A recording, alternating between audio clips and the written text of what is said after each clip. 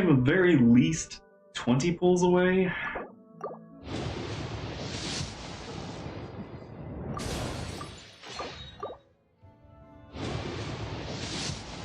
I got her. I think I got her. It hesitated.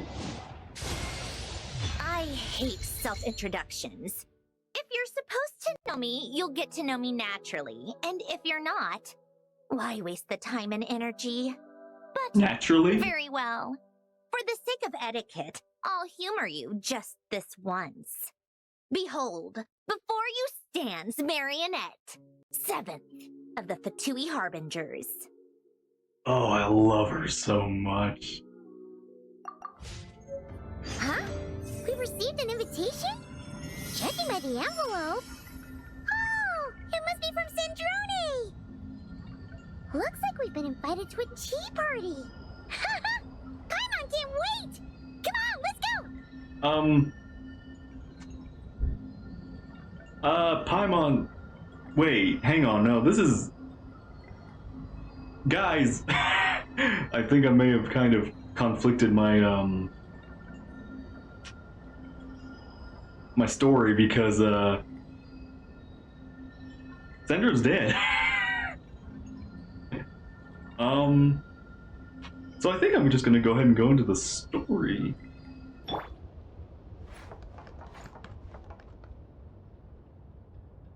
Use this key to perform normal attacks. Left trigger? Gosh, look. Okay, hang on. Okay, from the front, I'm kind of a little, I wish they kind of kept like her long skirt originally. The back though, I will say, something about it is very nice. How does that look? Oh my gosh! That was so aggressive. Okay.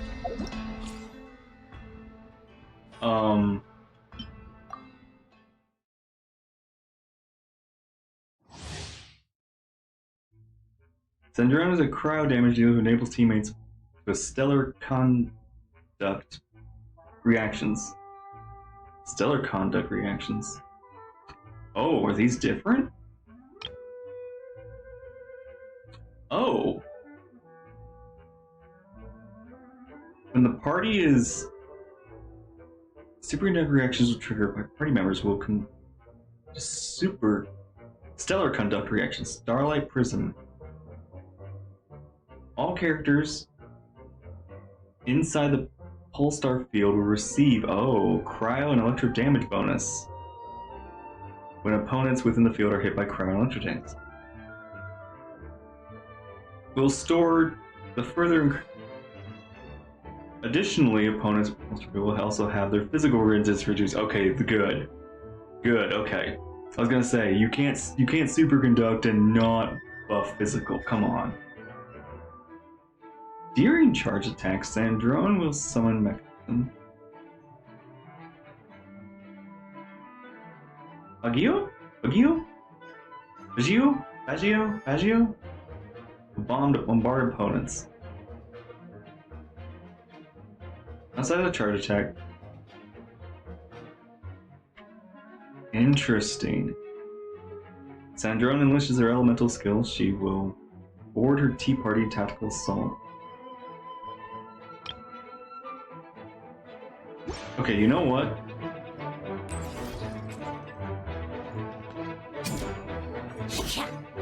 Interesting. Interesting.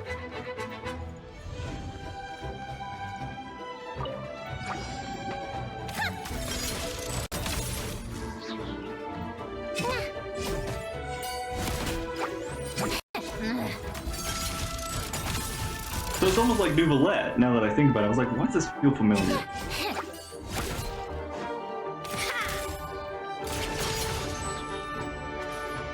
A spot of tea time entertainment. Oh, that was cute. That was cute. Oh, I'm so happy I have her. I've got all the harbingers that are out now. Right now, right here. Wheel of life. Stay clear.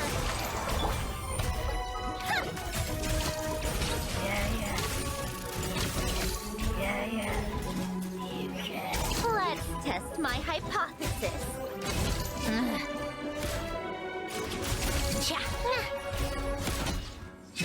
Cha. Take a break. That's cute.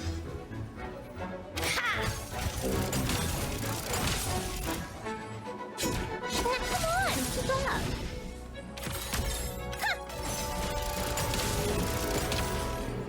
Animal test 63 away. Life goes on. Come on out. Right now. Take a break.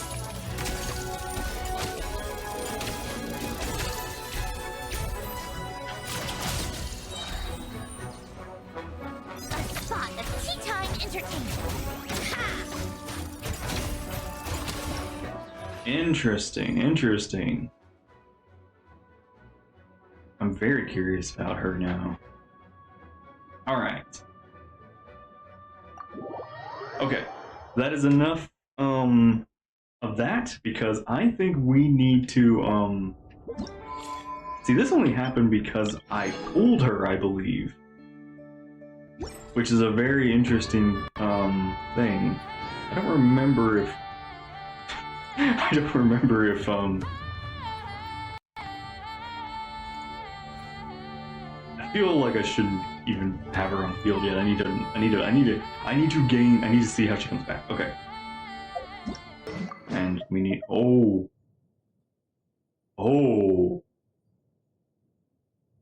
this stance. This is like powers.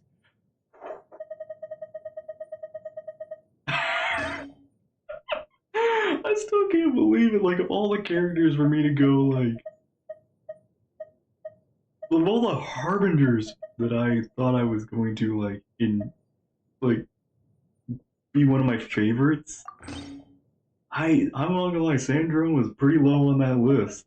Like, of the characters I was hyped to meet. I mean, over time, I was like, okay, she'd be interesting and all that.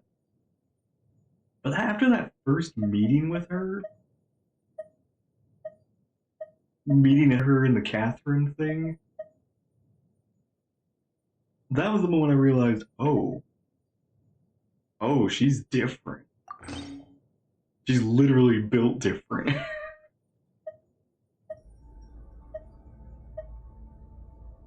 No, the same matchup was the bell. Ah, there she is! Oh my gosh, and Xavier! That's gotta be Xavier. Oh my gosh, okay. Okay. Fontaine Film Festival, number 2. I'm so happy we're back. I love this festival. I love the last year's one, or one before. See? Told you they'd be here. Of course! Xavier! Oh, and Shiori and Furina too! Fontinalia Festival. Happy. Ah, Hydro Archon above! If it isn't my darling camera operator and clapper loader! A very happy Fontinalia Festival to you as well! We making another film this year? I'm guessing you came back to celebrate with us? Yeah! Hi, Furina. How you doing? Yep. And how about Oh, you you? playing this music? Even though the last festival had some unexpected hiccups, making the film was still super fun. What perfect timing of music to be playing the second you say something.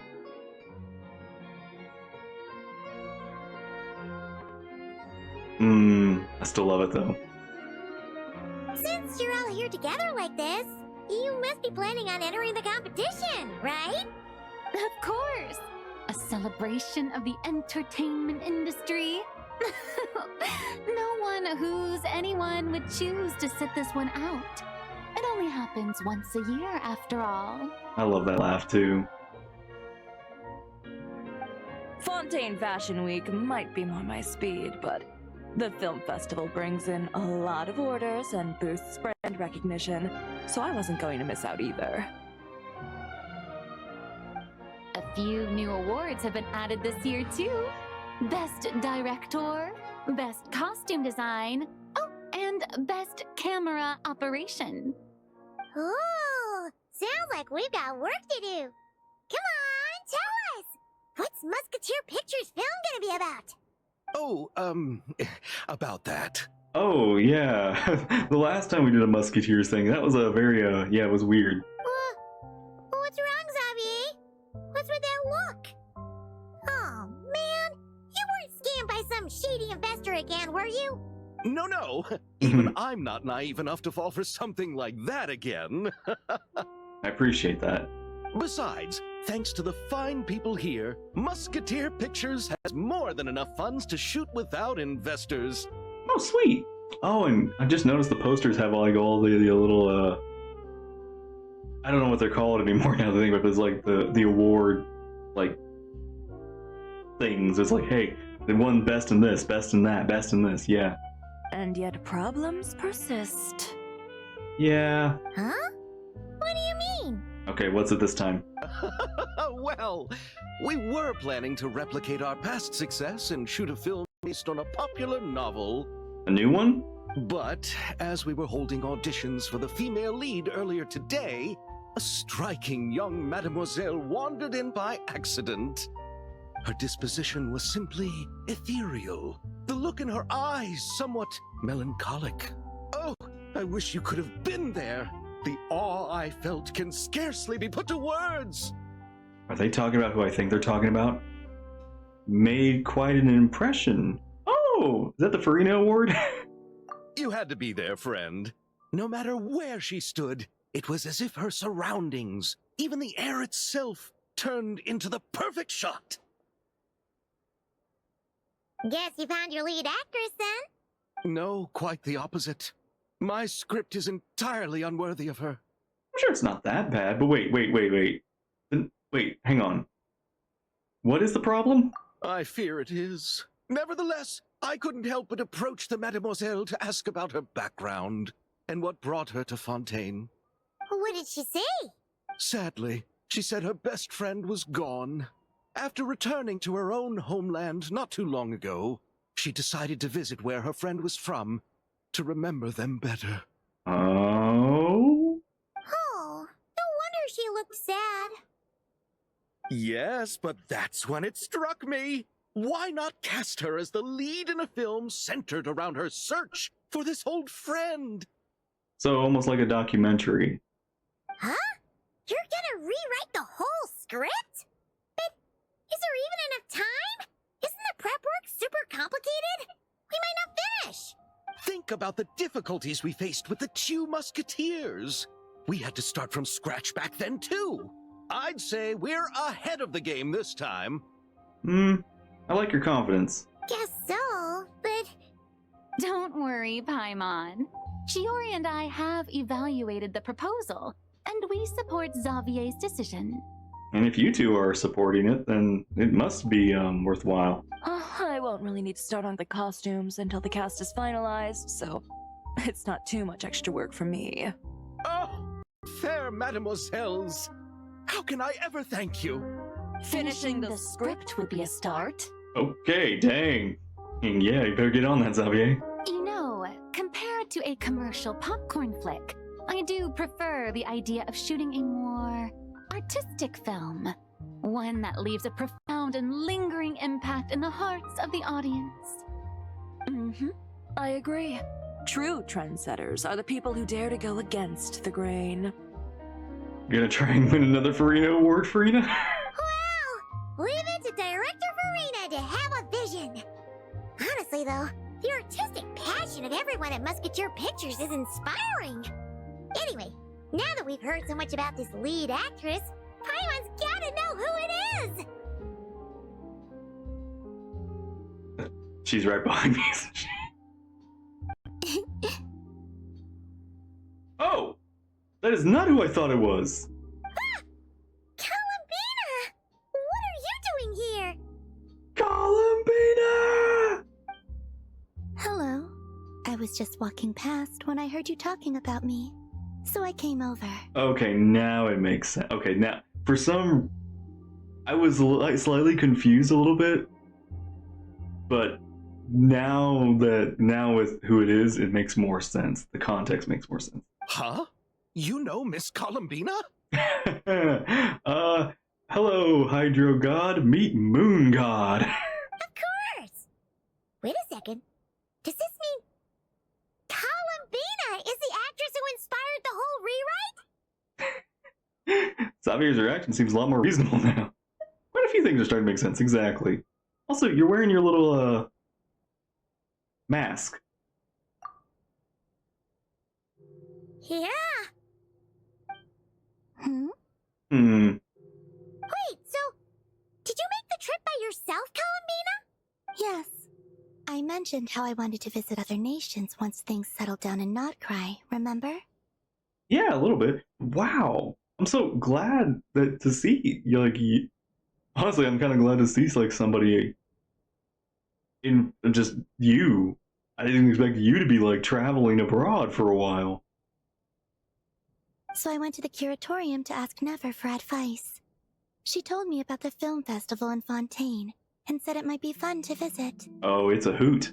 I spoke to Llama before I left too, and she thought it was a great idea to get out for a bit. It's just, I received quite different travel advice from the two of them. It's like Nefer gave you more warnings than Llama did. Oh? How so? Well, Llama told me to go out and experience new things and make new friends. Nefer told you to be very cautious about Fontanians. What a wonderful suggestion. That's how a trip should be. What about Nefer? She said, don't trust anyone and don't talk to strangers. Yep. Yep, that sounds like her. I can understand that too. It shows this Nefer cares about you a great deal, Miss Columbina. Yes, so I plan on combining their advice.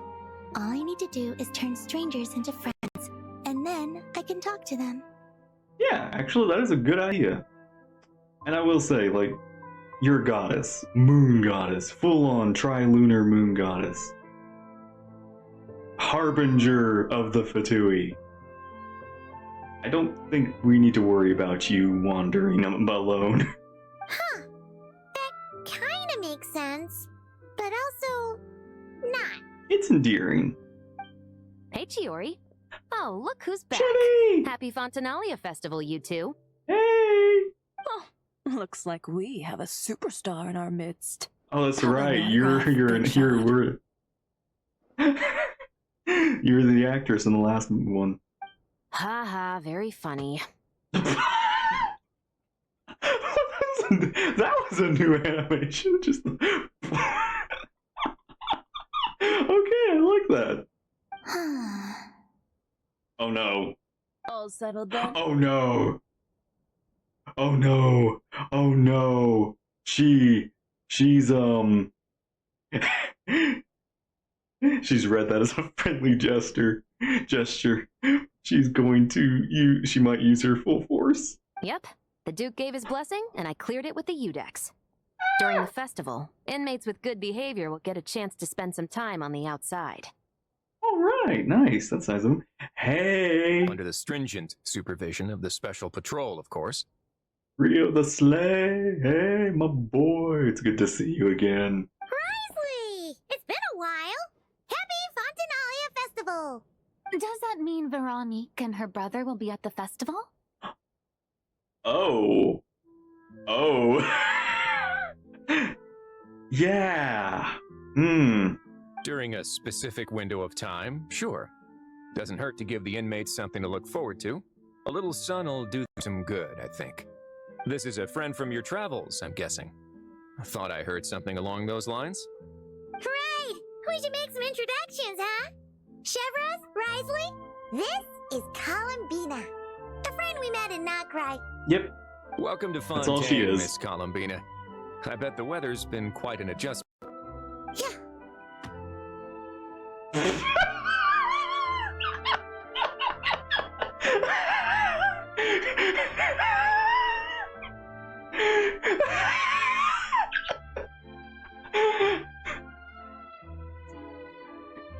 Okay, so Columbina has turned this stranger Risley into a friend. Of all the people to punch, dude. And not the good kind, I take it. No, I quite like it. It's a lot warmer than nod-krai. It's like, yeah, of all the people to be like, yeah, bro. Punches arm. Please. I know exactly where this is gonna lead, isn't it? Please, I want Columbina to punch Sandra. To bonk her again. Then what was the punch for? Oh, should I not have done that? The flowers that bloom here are so vibrant, and the people are so kind. I just wanted to become friends as fast as possible. She just saw Chevy do it. Ah, so that was meant as a gesture of friendship. Is that right, Miss Columbina? Mm-hmm. Isn't that what friends do? Right. Might have been a bit premature in this instance, though. Yeah, you need to build the friendship before you can punch the friendship. Your friend here is quite the character. She doesn't get out much. Doesn't have much experience with people. Good thing we said something. You weren't seriously gonna go around punching every single person in Fontaine, were you?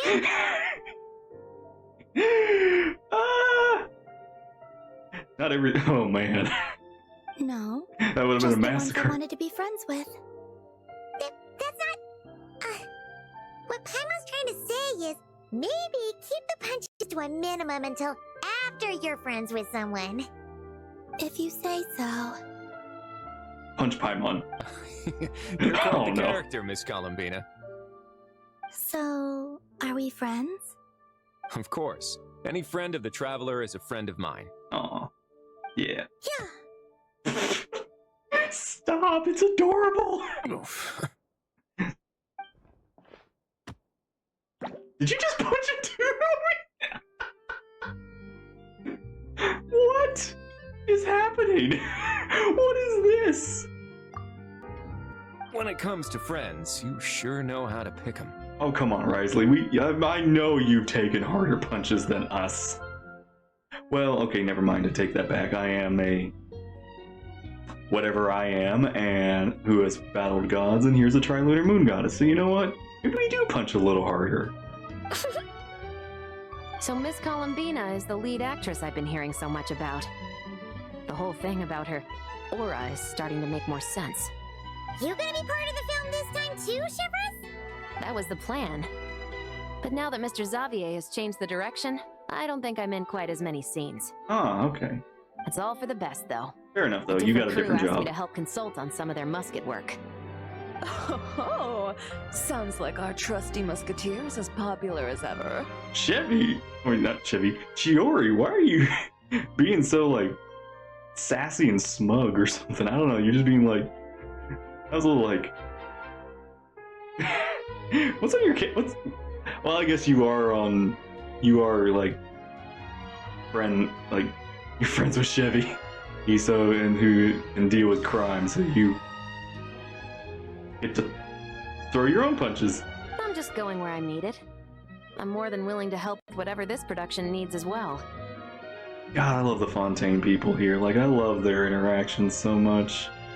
Ah, well, speaking of, would you happen to know if there are scenic locations around the court of Fontaine that other crews haven't booked? The festival's pretty popular this year, so there's not a lot left. You might just have to talk it over with the other productions and see if they'll let you squeeze in here and there. I see. Having trouble finding a filming location? Yes, we made a last-minute decision to go down a different route, so the indoor locations we reserved are no longer a good fit. And it looks like all of the best outdoor spots have been taken. What about the fortress? You know, I might know a place. Good views, good atmosphere, and no production team has snatched it up. That sounds perfect! Where is it? Paimon, like, just... Paimon, like, exercised out of the ground or something. You want me to reveal it just like that? Come on, let it be a surprise. As much as that sounds riveting, I think we should divide and conquer. I love Chiori, the way she little, like, smacks. Mm. You go do that, and Director Furina and I will take Miss Columbina around the city to discuss lighting and styling. Is that all right with you, Miss Columbina? Oh, girls' time. Actually, yeah. Can I mean, I won't tag along, but can I tag along? Traveler? Go ahead. You can trust these people. These will be some good friends for you, Columbina. Yeah, everyone here is our friend. So don't worry about a thing and just focus on enjoying your trip. Not only will you have fun, or will they take care of you well, but you'll also, they'll take care of you. Okay. All right, then the Traveler and I will go check out this potential filming location. It might even give me some inspiration for the new script. I'll leave this to the Duke then. Until later, everyone. Maybe we'll run into each other on set. Okay then. Lead the way, Risley. Paimon's not built for suspense. Let's get this show on the road. Aw. Who said anything about roads? Oh. Where we're going, we don't need roads. Huh? Should we meet again? Ooh. Makes sense they wouldn't be.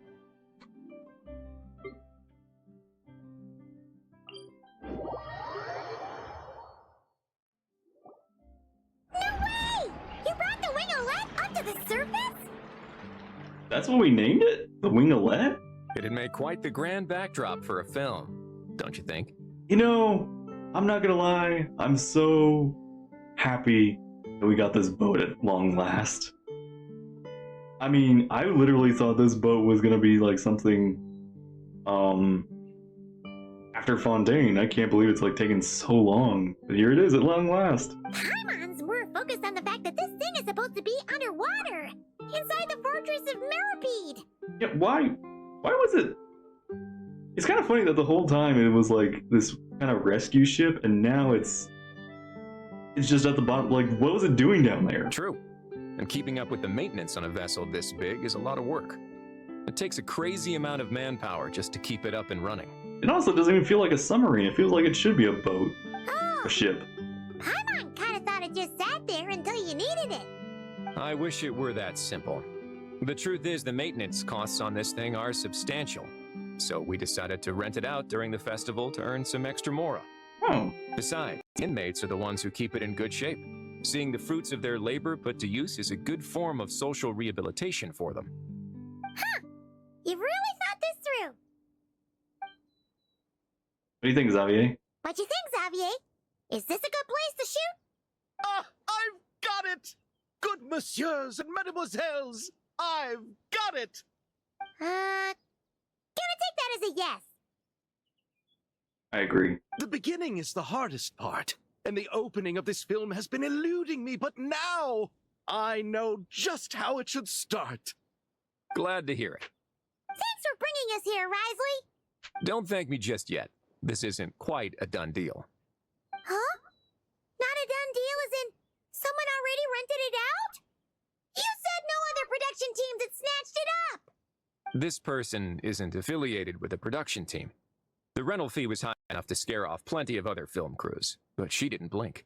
Made quite the generous offer, and didn't even attempt to haggle. Do you know what she plans to use it for? I'd like to at least have a rough idea before going in to negotiate. I didn't ask for the details, but I did see what looked like a fishing permit and a business license on her desk. My guess is she's planning on using it for some kind of restaurant or aquarium. A floating restaurant is sure to attract people, but an aquarium sounds cool too. Huh. The views from the ship make it a great spot for a date. The winglet might not be under my command right now, but it's always nice to see her admired. I'm really confused now about. I thought. Wait, what do you mean? Okay, not under your command. I don't know. I'm just like, what do you mean not under your command? A film is sure to drum up some good publicity as well. I do hope we can work something out with the current captain. Well, guess we should head over and talk things out then. Best of luck.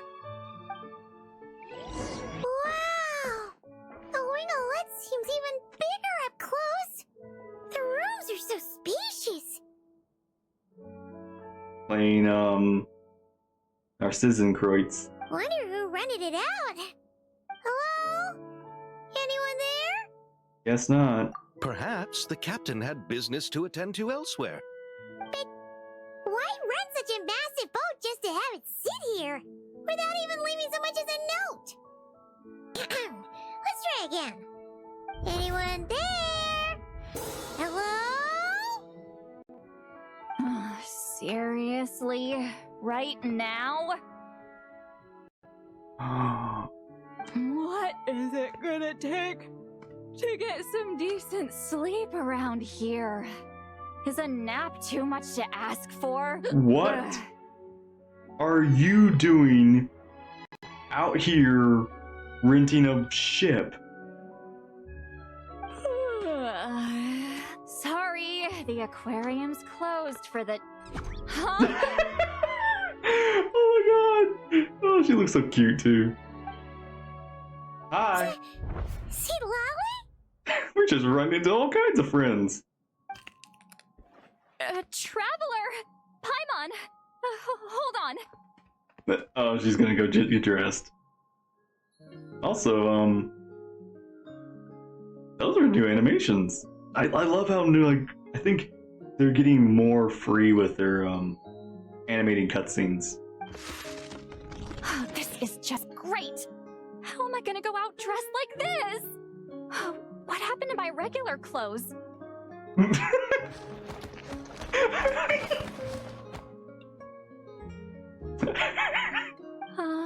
The wash! I put them in the wash after I drank too much and fell into the fountain. This This is so can't be animated. happening! Am I seriously gonna go out like this? In your pajamas? Think we might have caught her at a bad time? Nah. I see Lolly. Aw. It's okay, it's us. See Lolly? You know, your other granny. I don't want to hear it. Hear what? A single word about what I'm wearing. No comments, none. Is that clear? Crystal. Oh, yep. Crystal. What's wrong with it? It looks good. What's wrong? Oh no, she can read my mind. Huh? You think so? Oh, yeah, it does actually look cute. No, wait, I told you not to say anything! I didn't say anything. What was... Her thoughts. I heard her thoughts. How could I forget about that? This is so embarrassing. I seemed a little too pleased to get that compliment, didn't I? Yeah, see, oh my gosh, they are. I think C. Lolly really is. She's like one of the most, like, forward about her feelings for the traveler. Wait, the mind reading went both ways. Does that mean the traveler's hearing all this too? I didn't hear a thing. Oh, you clearly did. This is cute. Honestly, I feel like this actually would be like cute, funnier Ether, but Lumine is also really adorable here. Huh? What did we do? Paimon's not following. Nothing. It's nothing. Let's just move on. Did you need something? You're not here alone, I see. Hi, yeah, meanwhile, hi, this is Xavier. Hello, I'm Xavier, a film director and producer from Fontaine. I meant to introduce myself sooner. I just didn't want to, interrupt. No wonder we ran into each other in Fontaine of all places. You must also be in town for the festival then. Yeah. See, Lolly, wait, hang on. What are you doing here? That's right. We're helping Xavier with his film. In fact, we were hoping to shoot some scenes on this boat. You're the one who rented it out, right, Seed Lolly? Me? Rent a boat? I wish I had that kind of spare cash floating around. Not to mention the spare time. It wasn't you? Don't get the wrong idea, though. I'm not here to sail off into the sunset and live out some cushy retirement life, okay? I'm not that old. That does sound like a nice retirement. Then why you dress like... how did you end up staying aboard the Winglet? Yes, good question. Well, I heard one of my favorite light novels was getting turned into a film, so I came to Fontaine to catch the premiere. Oh, that might be a change of plans. Originally, I booked a room near the Opera Epicles, but I'm quite particular about where I sleep these days. I think it's an age thing. And that bed? Ugh, I just couldn't sleep in it. I tried to find a different hotel, but with the festival, everything was completely booked. Just as I was worried I'd have to sleep under a bridge or something, I happened to spot a help wanted sign on the side of the road. Oh, so you're here to take care of the boat? No, I was hired to man the front desk. The pay is a bit low, Oh. but food and drinks are covered. And it includes room and board during the festival. Plus, the job is simple. So I thought I'd give it a shot. So you're not the captain. Wow, they actually thought you'd be a good fit, huh? What does that mean, Paimon? What? You don't think I'm cut out for it? All I have to do is tell people the aquarium isn't open yet.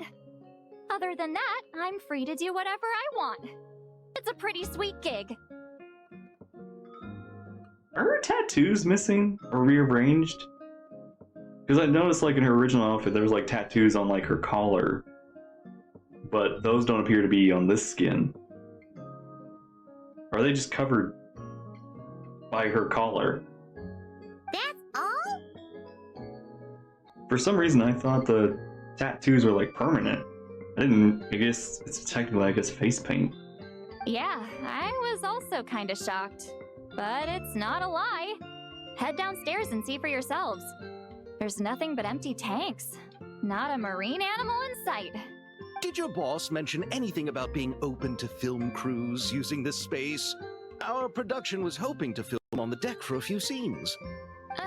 No. That never came up.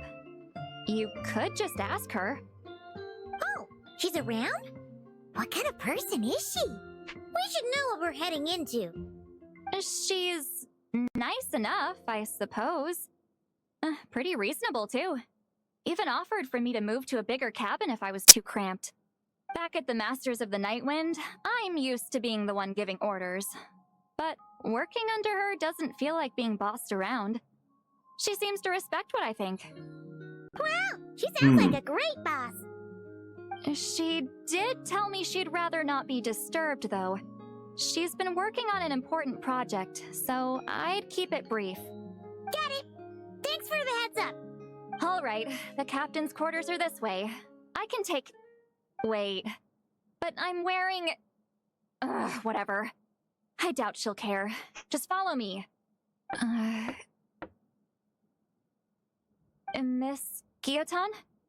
These visitors were hoping to ask you about something. Guillotin. Guillotin. No, wait.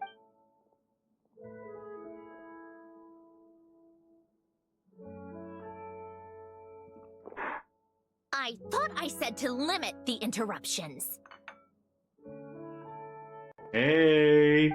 Just tell them the aquarium is still... Hi. Okay. Looks like you recognize us.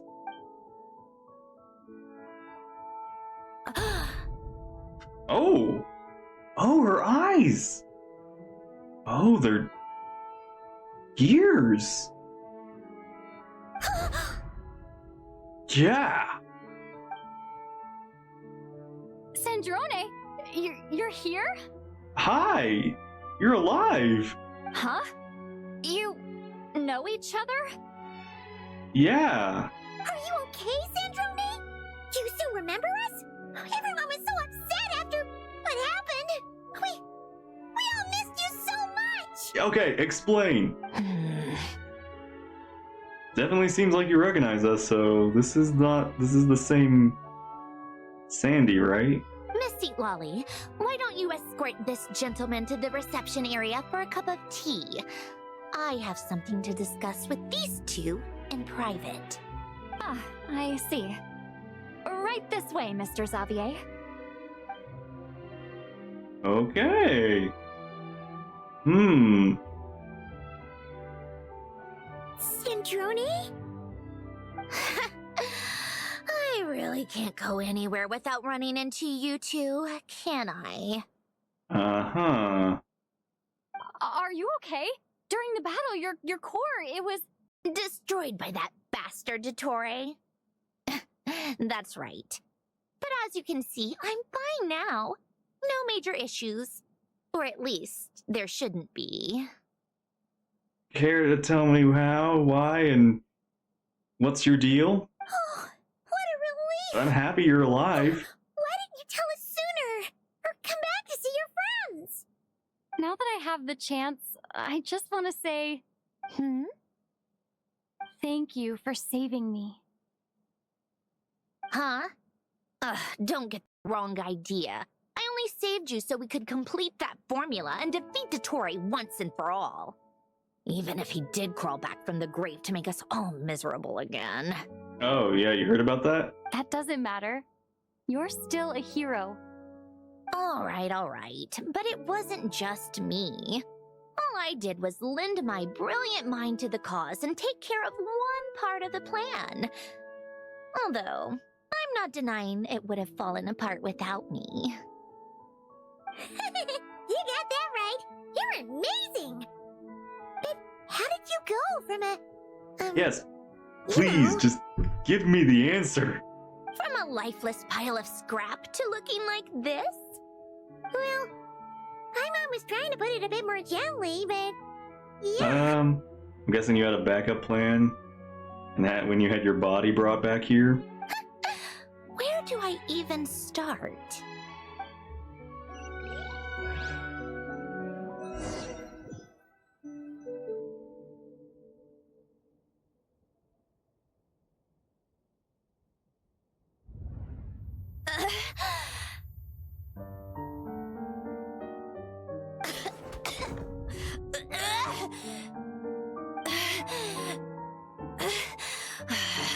Curse it all!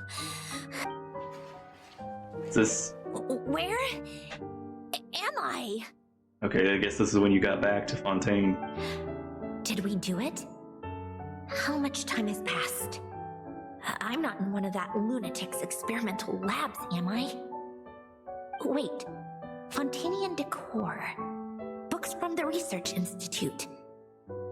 Phew. One thing at a time. Interesting, the music. It like started as her old like Harbinger theme, but it's slowly molded into... It's now softer and more like it's nicer. Initiate self-diagnostics. Oh, I forgot how blue her eyes were. Assess the extent of the damage. Cut power to compromised, non-essential components. Then reconstruct available action modules. And now I'm actually really curious, like how much of you is... Because you seem to have a lot of like human qualities, yet you don't seem to be at all have any, I should say, physical, like, I don't know, it's just like you still, I don't know, how much of you is even... Is there any part of you that's flesh? Severe damage to the core. Dottore, you bastard. Polonia? Yeah. Polonia, wake up! Activate! How are you... Who fixed you?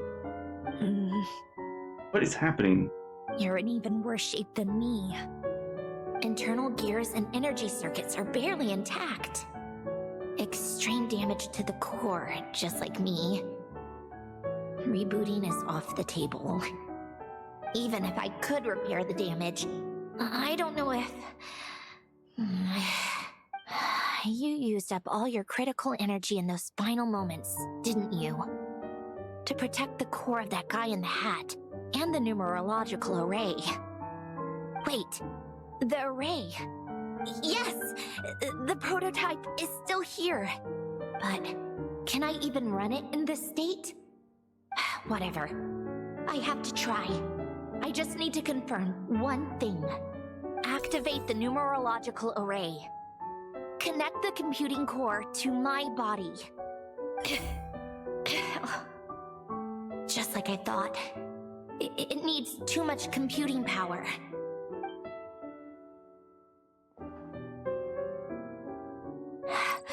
Cut off power supply to all functions except the thinking module. Please. I just need to ask one question. Initiate query regarding the 3 moon sisters.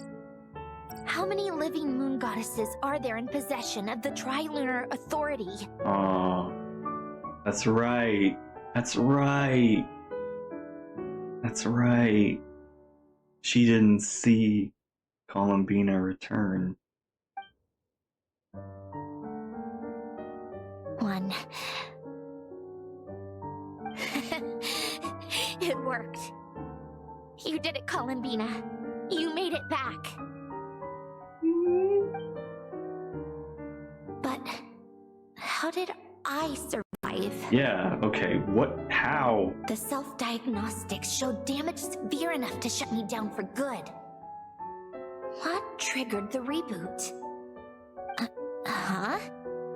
A built-in message, only visible after a core reboot. The final gift. Alen! Lane? Were you the one who gave me the second chance? But why now? What activated it? Oh, there's a vision. What is that? A vision? Wait, no. It's a stellar linchpin? Linchpin? Okay. A stellar linchpin? What's that? You can think of it as a rare kind of vision. As for what causes one to manifest, well, that's still unknown. So it is a vision, but it's a special kind of vision? Well, that's definitely the case with its being a diamond shape. Oh. No, it's a star. It's a Primogem star shape. Oh. A stellar shape. But in Snezhnaya, or in Afatui's research at least, it's believed to have some connection to the third descender. Say what? The third descender? We knew his remains were used to create the Gnosis, but this is the first we're hearing about a stellar linchpin. What do you mean? What do you mean? You knew about the remains? Right, of course. Look who I'm talking to. I'm the 4th. Yes. The heavenly principles used the remains of the third descender to create the 7 Gnosis as a means to consolidate the Archon system. I was about to ask, like, how do you know that? But of course, the one person who would know that would be the Tsaritsa. Visions result from that same system, so extrapolating from there, it's clear that the manifestation of a vision is also, to some extent, related to the third descender. Still following? Wait, are you saying visions didn't become a thing until after the third descender was... whatever happened to them?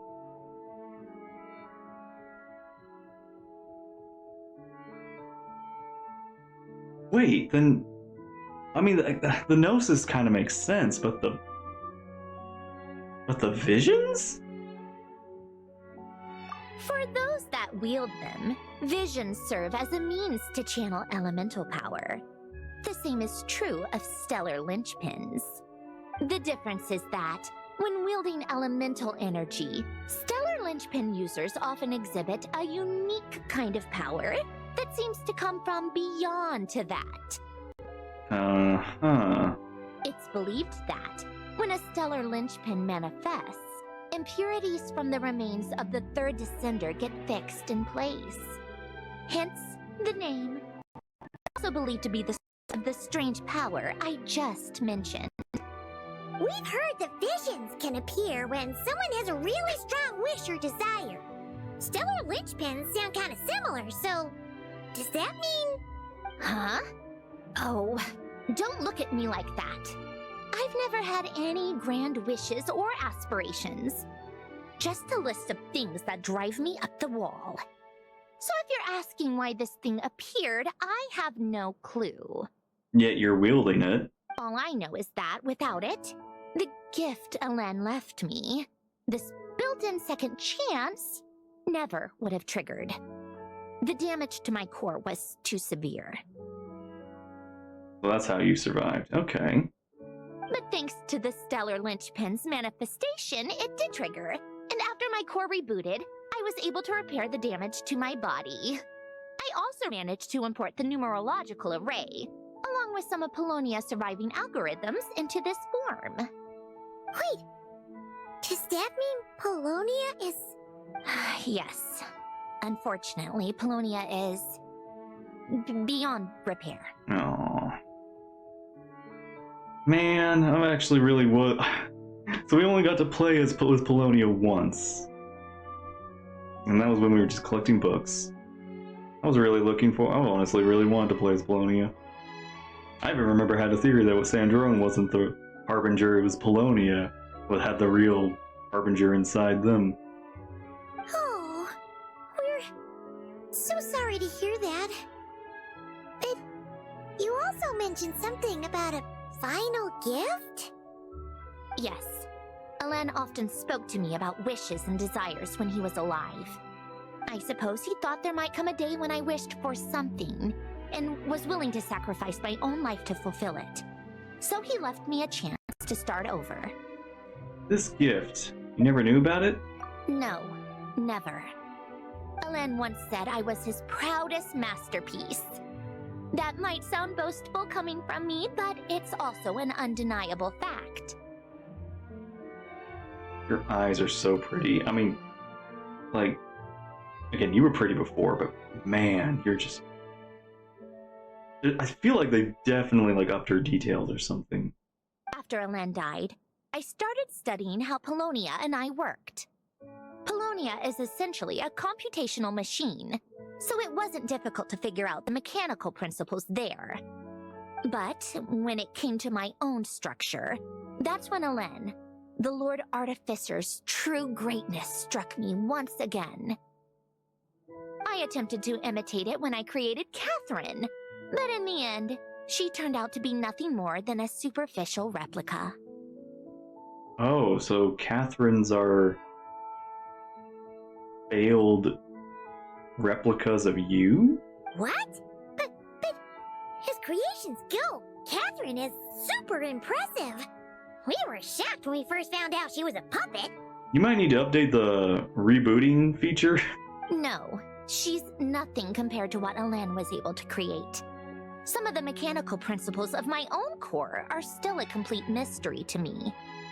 Keeping that gift hidden wasn't even a challenge for him.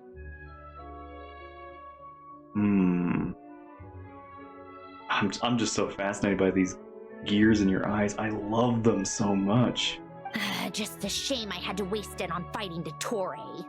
I just couldn't stand the thought of him coming out on top. Well, good thing that he's not. He's done. He's donezo. He's double donezo this time. You gave the world a second chance. It wasn't a waste.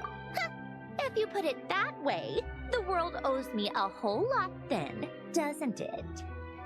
God, just look at the look at the radiant energy she's just giving. Wait, but all this still doesn't explain what you're doing here. Risley said you rented the ship and even had some kind of fishing permit? That's because I'm trying to go back to the place Elen and I lived when he was alive. My former home, I suppose you could say. I see. So, is it underwater? The second chance wasn't the only part of the gift. According to the message, Alan left me a few other things that are stored in the house we shared together. I'm hoping that whatever he left me can help fix certain anomalies in my rebooted core. And help me understand why I received a stellar linchpin in the first place. Okay, so go back then. What does that have to do with fishing?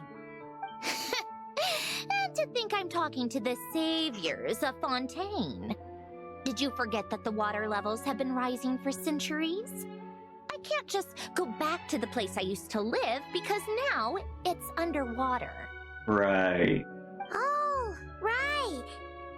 With the rising water levels and changes in terrain, it's not just a matter of finding where it is, but also clearing away any sediment or debris. Wait a minute. That just hit me.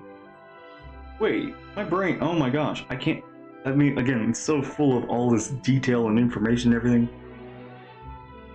So wait. The sea that's outside there in Fontaine right now, that wasn't there originally. Are you saying that all of that was used to be land? Wait a minute. The waterfalls, everything, are you, like, that all flooded because of the curse? The prophecy? Oh my gosh, that makes so much sense, the way it all, like, functioned, and the way Fontaine was submerged. But Fontaine law prohibits unauthorized individuals and organizations from excavating underwater ruins. A melazine caught me the minute I even made an attempt. What? I mean, okay, but darn. Why not apply for authorization then? And face the endless slog of Fontainian bureaucracy. No thanks. Besides, I'm a Fatui harbinger. The diplomatic implications alone would be enough to give the gestionnaires at the Palais Mermonia a headache. A fishing permit, on the other hand, isn't difficult to obtain at all. Minimal paperwork required, and under the name Guillotin, the application was a cinch. Okay, you know what? That's actually kind of clever. So you're exploiting a legal loophole? Am I? That underwater home belongs to me. If I happen to chance upon it while doing some fishing, what's the issue with that? None. Of course, I do have to catch some fish to put in the aquarium, just in case the gestionnaires come to check up on things. That's also the reason I hired someone to man the front desk. Huh? But isn't that kind of a waste? You went to all the trouble of getting a business license and rented out this giant ship just for show? If you want to run an aquarium that bad, be my guest. Use the facilities however you want. I'm certainly not going to stop you. Oh, alright. That gives us the film pass. All I want is to go back home and see what other gifts Alain wanted me to inherit. Hold on. Enough about me. What are you two even doing here? Yeah, we were here to do the whole film thing.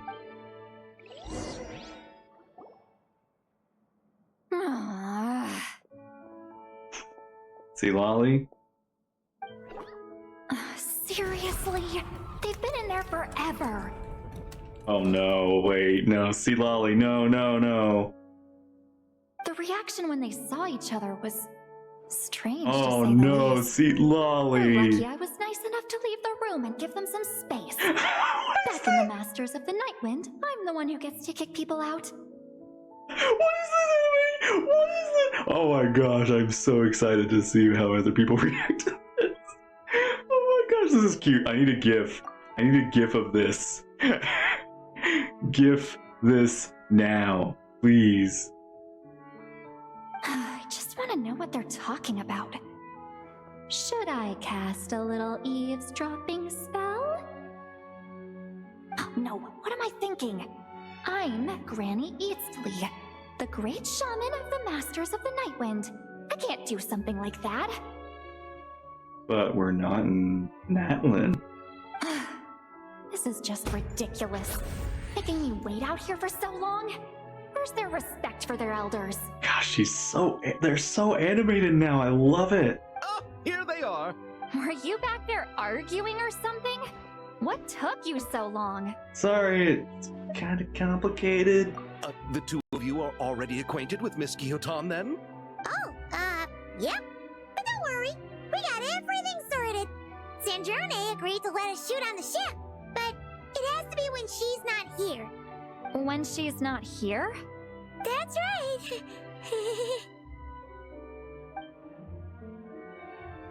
You'll excuse me if I didn't exactly ask for this little reunion. I wasn't planning on seeing anyone.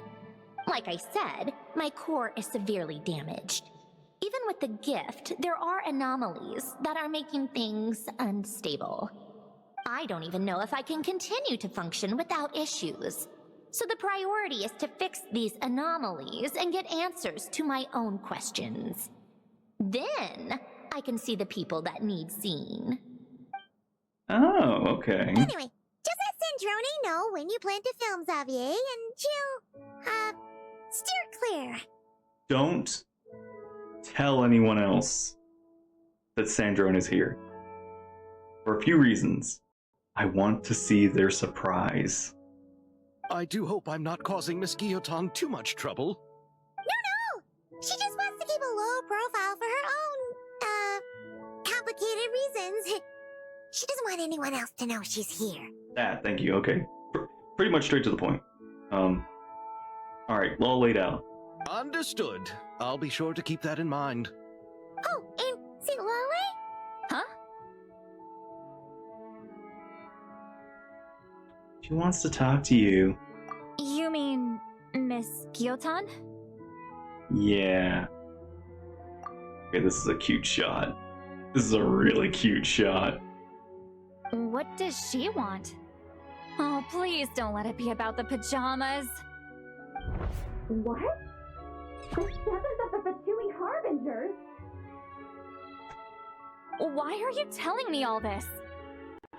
I asked the Traveler about you, and I've decided it's best to be open in this instance. I can understand if you would rather not work for a Harbinger. Regardless, the room on the ship is yours to keep. You're an acquaintance of the Traveler, and I plan to honor that. Wait, she's actually nice? Yeah, most people are. See, Lolly? It's not a problem. The captain also worked for the Fatui, and he helped Natlan a great deal. We know that there are good people among your ranks. Besides, I've been around long enough to know what it means to earn one's keep. This isn't Natlan, and I don't expect special treatment. Besides, sitting at a desk isn't exactly back-breaking work. I appreciate that perspective, great shaman. Seat Lolly. Just call me Seat Lolly. That title makes me sound so... old. Well, Seat Lolly, the Traveler and I are looking for something, so we'll be heading underwater together soon. I'll leave the ship in your care while we're gone. Together? How often? Oh my gosh. See, Lolly. You really are married to us, aren't you? Not too often. We're heading out in a bit, but I'll be available if you need something. You couldn't, go alone? I wanted to, but she was concerned about my physical well-being, so she offered to come with. Guess my mental well-being means nothing then. Huh? Oh my gosh. Ah! Don't really understand it. Okay. As much as I want to do that, I do have to call it here. I'll have to continue this next time. But at least I've got my Sandrone answers explained. Fontaine, thank you for always being so good. So excited. So much fun interactions. See Lolly, Sandrone, Columbina, Furina, Chiori, Xavier. Ah, this is so good. Lumine even. What you gotta say? Just be quick about the whole thing, okay? Alright, we will. Miss Guillotin is so generous. We talked it over, and she agreed to let our crew come over and do some test shots while you two are out.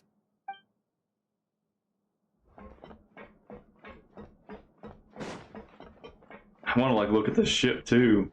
I don't know how much more time I'll have on this. I kind of hope it becomes a... Oh, whoa!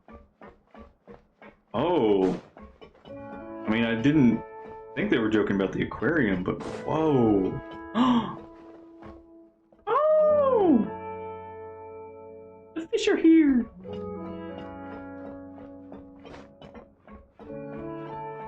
Wow. That's so pretty.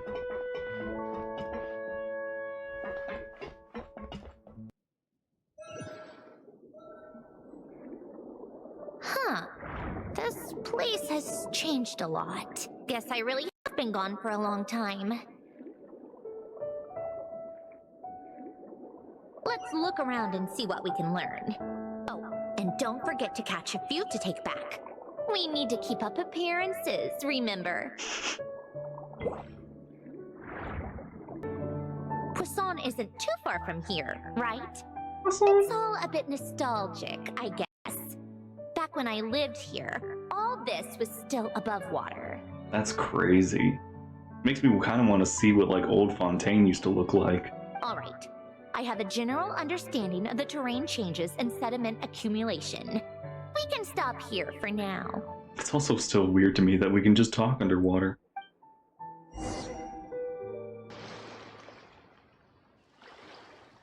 That went smoother than expected. I appreciate the help. No problem. You doing okay though, Sandrone? Seeing your home look nothing like you remember, that can't be easy. It has been a few centuries. I'm sure she's seen it somewhat. Maybe. I don't know, when was the last time you've been back, Sandrone? Fine. Times change. People change.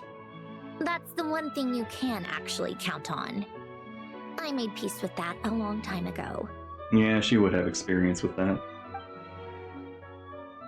You should head back and put them in the aquarium tanks. We finished ahead of schedule, so your crew is probably still on the ship. I'll follow in a bit.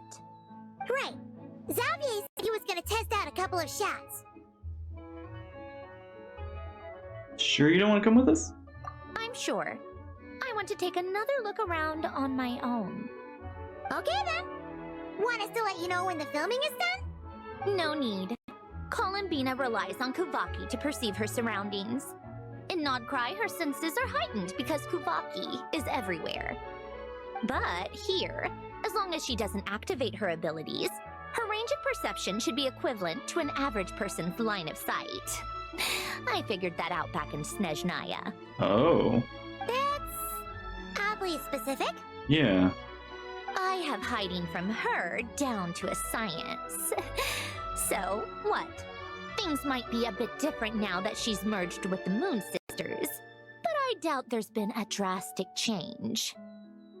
The point is, you two can head back. Don't worry about me. I'm just very curious about why you're being so secretive. Okay, if you say so. Come find us on the ship if you need anything.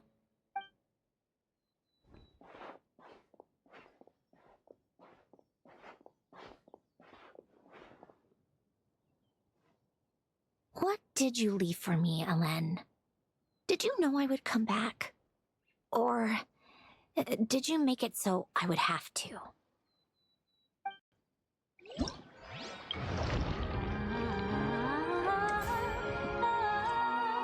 Ooh.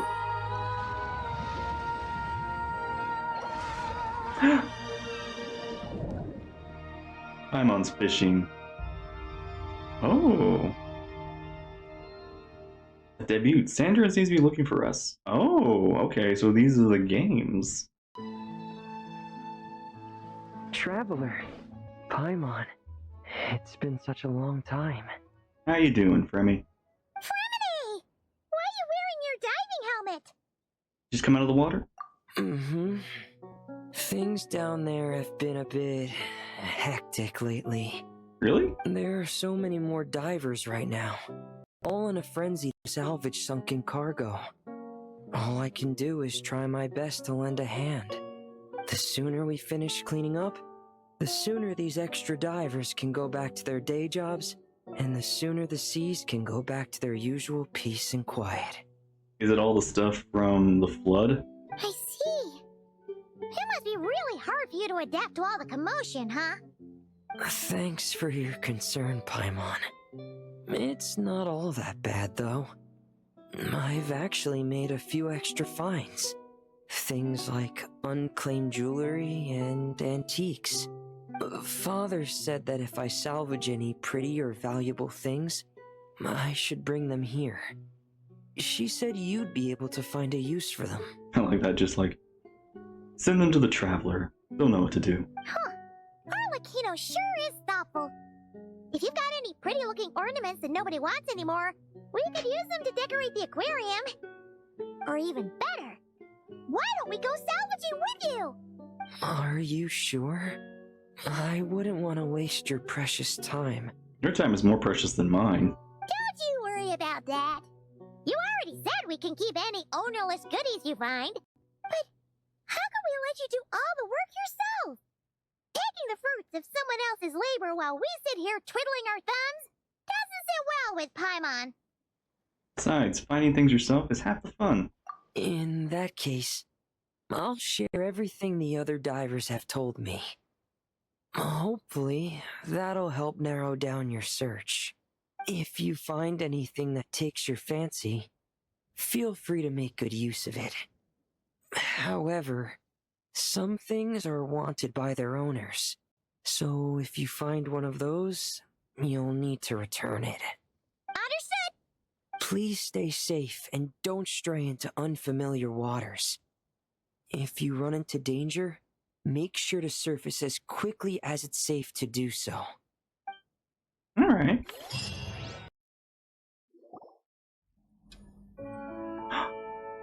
Hey! Xavier, we're back! Oh, do we interrupt? Shh! Quiet on set! They're filming over there. Oops, sorry.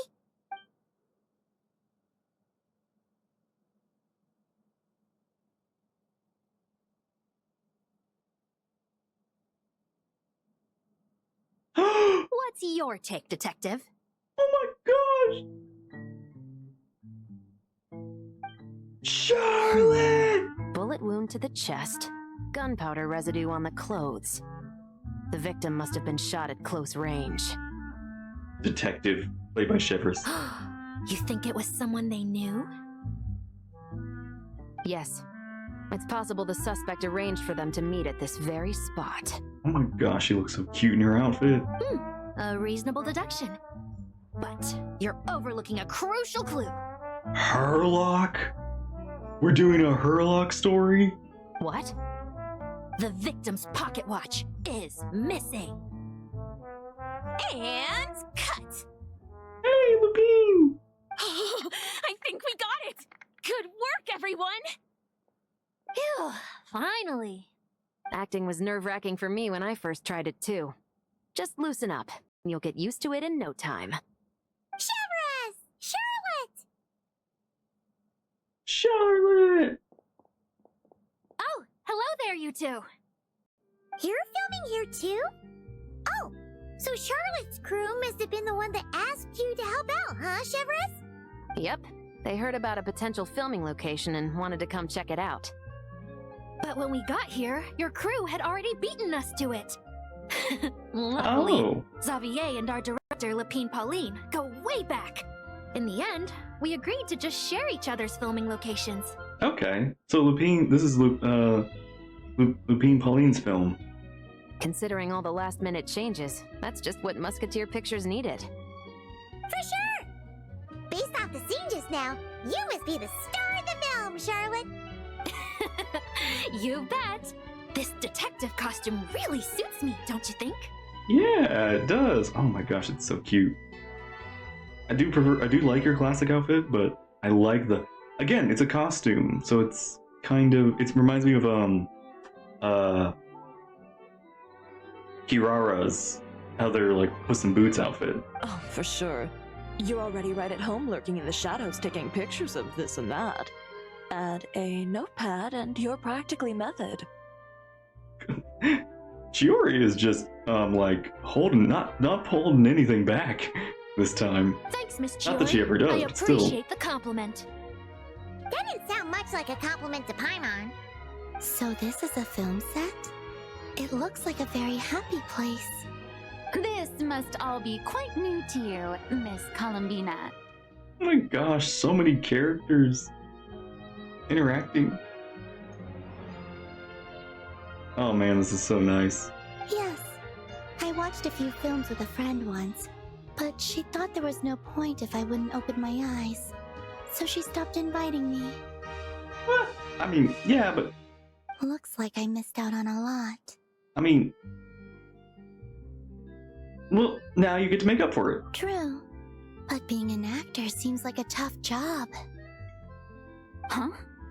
Most people would swap lives with an actor in a heartbeat. The lifestyle is so glamorous, and the pay is more than generous. But they have to act out lives that aren't their own, with the whole world watching on in judgment. If they don't do it justice, it must feel like they're letting people down. That's exactly how it feels. This young lady has quite the unique perspective. You two would really get along, honestly. Well, that's true. But these actors are here because they want to be and they think it's fun. Most of them, at least. Not to mention, the film we're shooting is based entirely on you, Miss Columbina. You just need to be true to yourself. I don't have to pretend to be someone I'm not? Not at all. Authenticity is what we're after. For example, this first scene opens with you on the boat, sailing to your friend's homeland. You just need to think about that moment in the story and picture how you would feel. Oh, okay. Yeah. We're all here? Wonderful! Let's head to the deck and get shooting. Oh, and this is for you, dear Paimon, your clapperboard. Yeah. Oh, is this the same one Paimon used for the Two Musketeers? The very same. I saved it just for you. Aw, that's nice of you. Thanks, Xavier! Feels like being reunited with an old friend. Did you keep my camera too? Of course! That said, I have a different job in mind for you this time, traveler. Ooh, what is it? Our film is focusing on a single protagonist, so conveying the subtle changes in her state of mind is of the utmost importance. In addition to the actor's own performance, another way we can convey that is through lighting. Huh? But there's already a lighting specialist, isn't there? Yes, but it's clear the Traveler and Miss Columbina share a deep bond. You might have a better chance of understanding her frame of mind in certain scenes. Okay. Oh, that makes sense. So, what do you say? Willing to take on the role of lighting specialist? Not sure I want to give up the title of camera operator though. But gladly. It's settled! I leave the job of translating our leading lady's inner thoughts in your capable hands.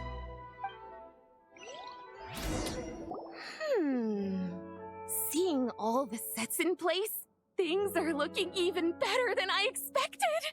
The actors are doing great too. Editing it all together is gonna be a piece of cake. Bet I can finish it in one night. Oh, girl, please. Please take care of yourself.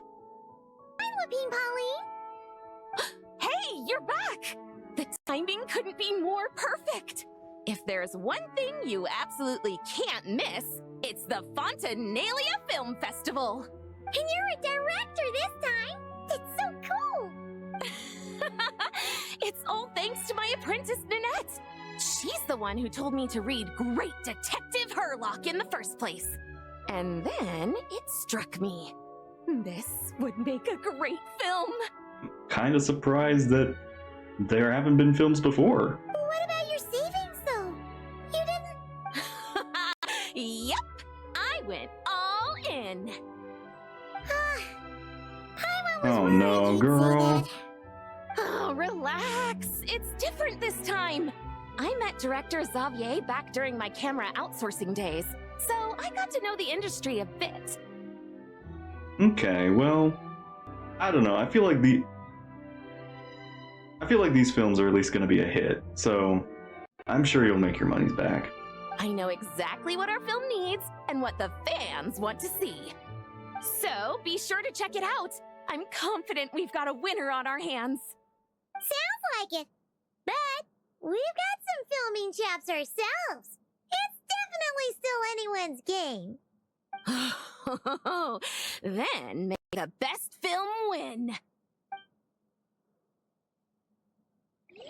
Oh, I didn't expect to run into you two on set. Happy Fontinalia Festival. Nice acting back there, Charlotte. Thanks. I'm, usually the one behind the camera, so it's Yeah. actually pretty nerve-wracking being the center of all that attention. But I've known Miss Lapine Pauline for quite some time, so we work really well together. Yeah, you were there when she almost went to jail. Miss Lapine Pauline prefers to assign roles based on our own personalities. She'll even adjust the script to make it a better fit. The scene from earlier was just me and Chevras, but Navia and Emily are also going to be taking part. Emily, all right. I mean, Emily kind of makes sense for her role. She's going to be forensics, isn't she?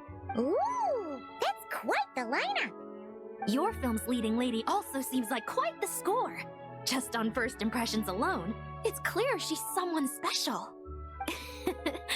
Guess we'll just have to wait and see who wins Best Picture and gets to go home with the Furina Award. All right.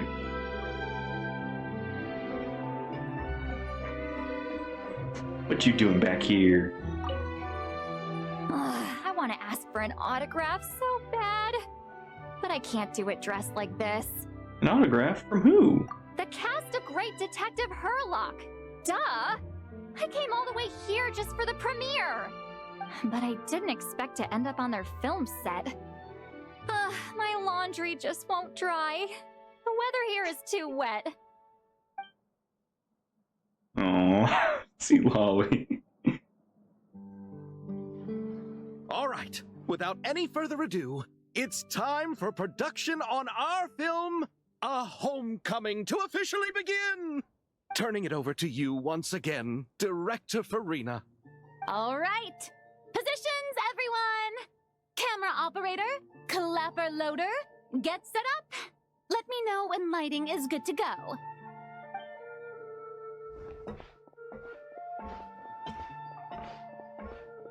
All you need to worry about, Miss Columbina, is hitting your mark. Other than that, just focus on immersing yourself in the emotions of the moment. Okay. Good. Lighting, are we ready? Ready. All right, quiet on set. 3, 2, 1, action! Love the way she says that.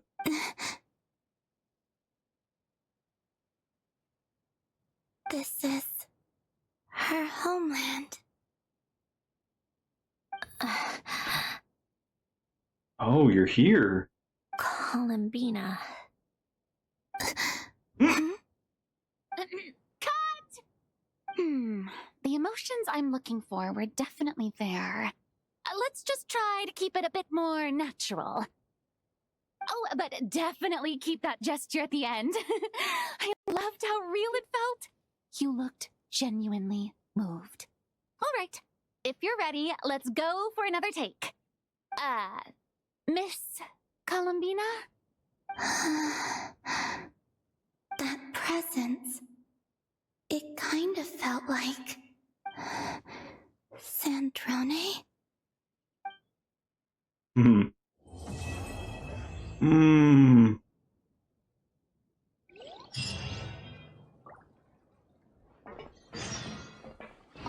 Terrific performance, Miss Columbina!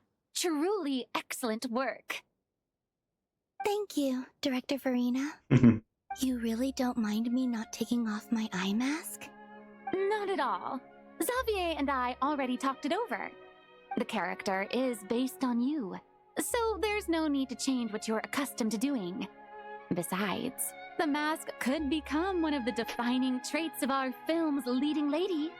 Just like you suggested, we'll leave the reveal to the more important moments. Ooh. Okay.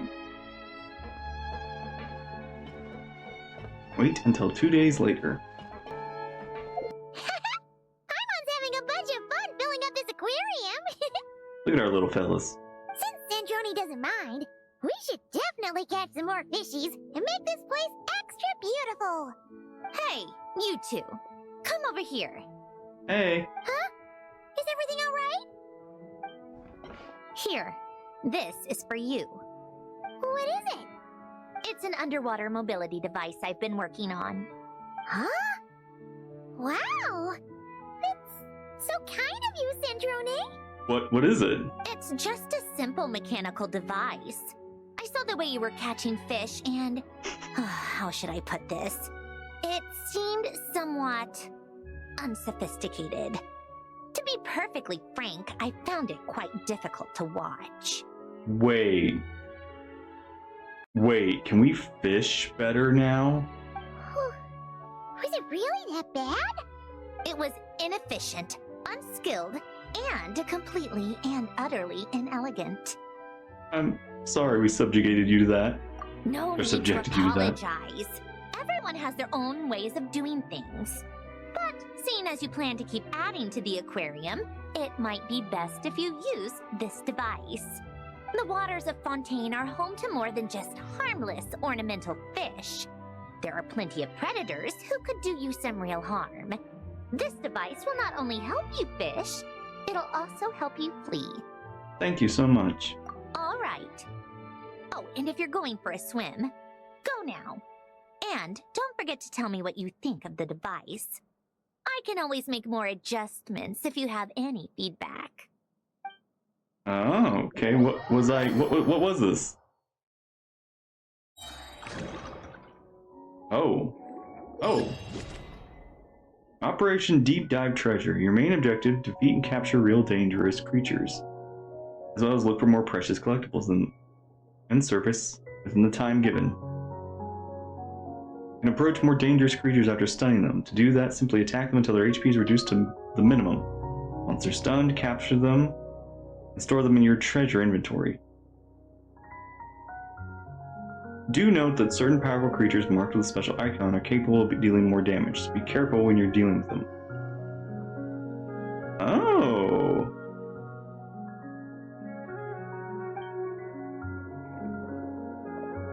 Oh, okay.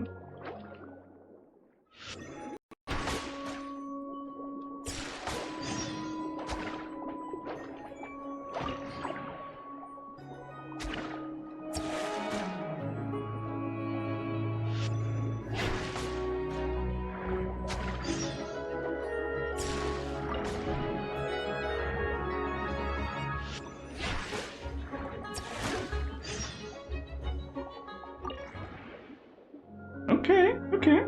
Interesting. You may encounter various containers while in the water, which can only open sometime after you approach them. You have a chance of finding high-value items with every container type. The more containers you find, the higher chance that your surface with valuable hull. Must find usable consumable items. What, like the little potions that we never use?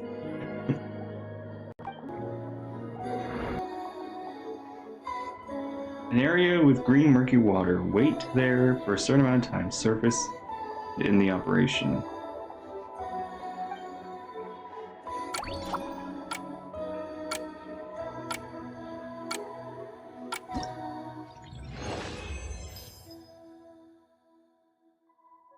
Huh. Okay.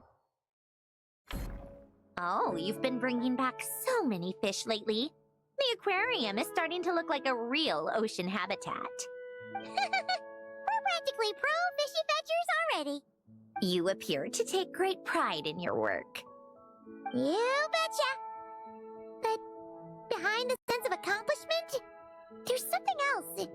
Something more like... Loneliness? Yeah, that's it. That's how Paimon's feeling underneath. Why's that? Paimon's not sure. It just feels like something's missing. Maybe a restaurant? Hey, don't say stuff like that! How could anyone bear to eat such beautiful fishies? We're missing visitors to come and admire Paimon, our amazing did you handiwork. regret fishing? Fish food? You're saying you want to open the aquarium to visitors? Would that not be okay? Are you worried to be a bit too noisy? If that's the case, just leave everything to us. We'll take care of advertising and all the day-to-day stuff. You just... If that's what you want. We can split it 30-70. Huh? We only get 70%? No, Sandrone gets 70%. Oh, right. Of course. Sandrone is the one renting this boat, after all. Ugh, you make me sound like some sort of tyrannical landlord. You're putting in the work, so you should get the lion's share. I'm not stingy like Pantalone. Oh, thank you. So that means you're giving us the all clear? Sure, you have my blessing. Just make sure it doesn't get in the way of my research. Woohoo! The Winglet Gloop Gloop Underwater Fisharium is officially open for business! What a name. Of course, you already thought of a name. Sandrone said that if everything goes smoothly, we should be able to pinpoint the exact location of her home today. Let's head to the Winglet and meet up with her. I'm already in it. Ah, you're here. We should get going then. Xavier and the others should be filming soon. How's it going? Have you managed to figure out the location of your home yet? I've narrowed down a few potential locations. We just need to take a sample from each one. Once the equipment analyzes them, we should know the exact location and where to find the entrance. Great! We should get started then. Aren't we supposed to be helping with filming?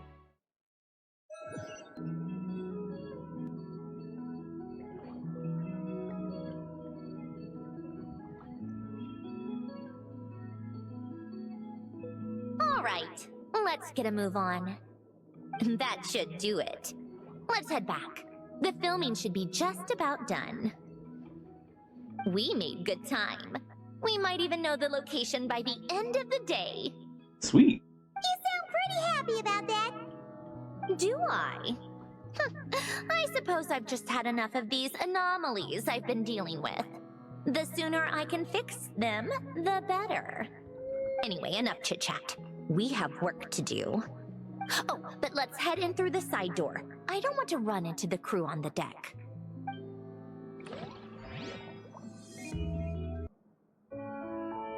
All right, now we just need to wait for the results. Since we have some time to kill, I suppose I might as well see how this aquarium of yours is coming along. You seemed quite enthusiastic about it, after all. It's... slowly but surely. It's really coming together. Those we have lost. Oh, kind of impressive, actually. Thanks. It hasn't... I don't think I had the chance to improve it yet. These must be the ones we caught the first time we went underwater. Like it? Aw. It's fine, I guess. Nothing special. Come on! It sounded like you really liked it just now. You're that proud of it? Is this a sense of accomplishment or something? Well, yeah. And it's pretty. You know it's gonna be gone soon, though, right? What do you mean? After the festival, this ship will be returned to the fortress of Meropide, and this aquarium will be no more. So? So, no matter how much work you put into this place, once the festival is over, it's all just going to disappear. Hmm.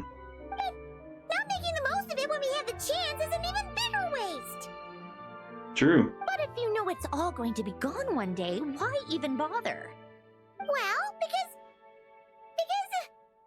Because you still get to keep the things you gain along the way. And those are things that can never be replaced.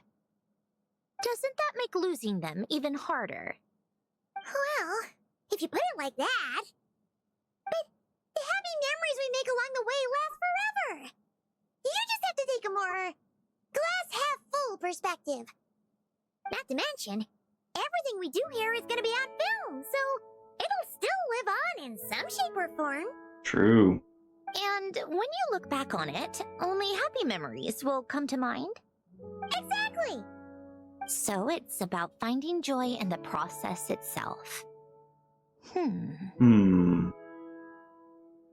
Traveler! You're back already? Hey, see, Lolly? You're all dressed. What's wrong with that? You say that like it's terrible news or something. Dang. How did you get here? I didn't see you on the deck. Oh, never mind. We need to help Miss Guillotin hide ASAP. The crew is heading over here to shoot any second. What? They should be done by now. There was a mishap earlier that cost them some time. I was waiting on deck so I could warn you the minute you showed up. Thank you, Lolly. Anyway, you Appreciate should head that, back to Zup. the captain's cabin right away. They're gonna be here any minute now. Ugh, finally! That's a wrap for the scenes on the deck. Wouldn't have taken half as long if the wind hadn't snapped our equipment in two. Nadia! Emily! Uh-oh! Too late! Change of plans then. You'll just have to hide. Hide?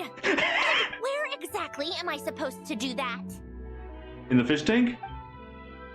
Oh! There's a box over there! You can get in that! Huh? You expect me to... Do I need my makeup done for the next scene too? For the love of... Almost sound like she sweared there. Let me see. Maybe just a quick touch-up. Huh? Traveler and Paimon? What are you doing here? I thought you took the day off to take care of something. It's taken care of. Huh? Oh, well, it didn't take as long as we were expecting, so we came back early. What about you guys? You're still not done shooting for the day? No, we ran into an issue that, set us back. It meant Miss Charlotte's crew wasn't able to wrap either. We both still have scenes to shoot in this aquarium. Oh, that's not ideal. For several reasons. Let us help then. The sooner we wrap, the sooner everyone can get some rest. All right. Thanks, you two. Miss Charlotte's crew can go first then. If I'm not mistaken, you still have a night shoot later. Thanks, Director Furina! Oh boy. Somebody's gonna be in the box for a while. Of course! Fellow artists should help each other out where we can. Agreed. Well then, camera, lights, get set up. Actors, give your lines a quick once-over. Let's try to get this in one take.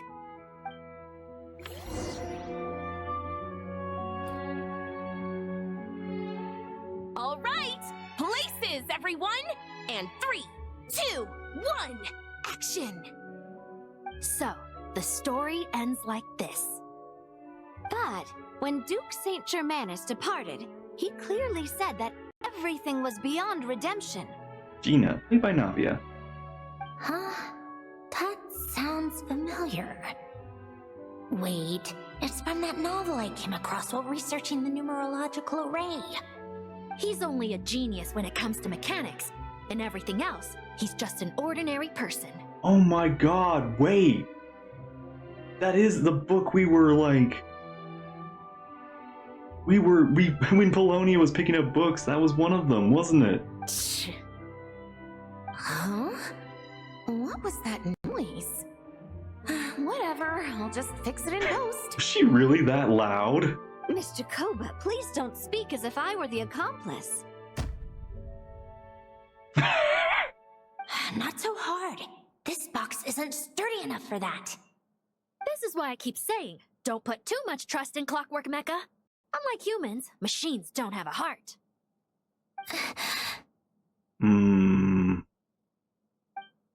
A heart? Oh. That's right. It's what's on the inside. It's also referred to as someone's soul, or likened to free will.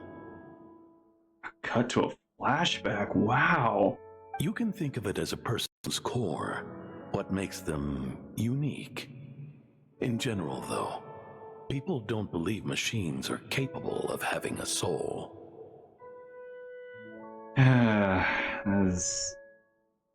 Yeah.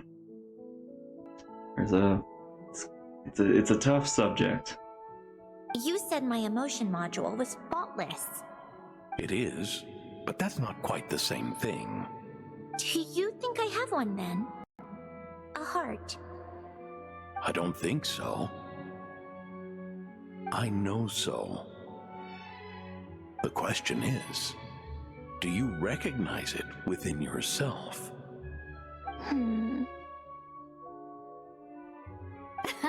That's where you're wrong.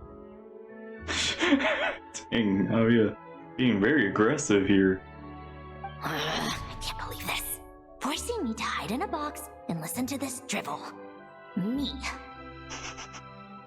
In the end, clocks tick through tranquil years. Fish swim in crystalline springs. No matter how grand a dream is, it will fade away like this. Forlorn, wordless, silent. Gosh, I'm so glad Emily gets to do more. Gosh, she looks so pretty. And cut. That was a long one. What did you think? If she makes them do another take, I'm going to flip a lid. And not just the one to this box.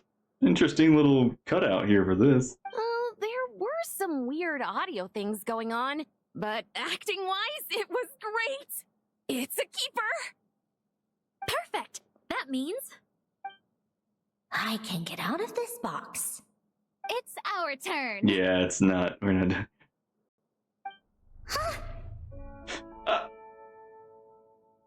Camera operator, set up for the next scene. Did she? Wait. Yeah, okay. Okay, I thought for a second, but obviously, yeah, it was our turn. In this one, our protagonist peruses an aquarium in a foreign land and gets swept up in memories of her friend. So, in terms of lighting, that's the vibe we're going for. Got that? Shoot. Paimon thought there'd be a break and Sandrone could slip away. What are we gonna do now? Guess we're just gonna have to hang in there a little longer. She's just gonna hang in there a little longer, and we'll have to do this quick. break a leg. Yep, we're headed off to shoot our next scene. See ya!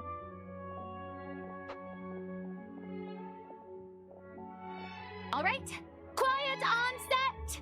We're about to start rolling. Ready, Miss Columbina? Whoa. Okay, the lighting on her, like, already makes her look really good.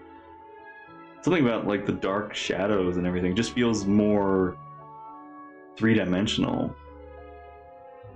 She looks good.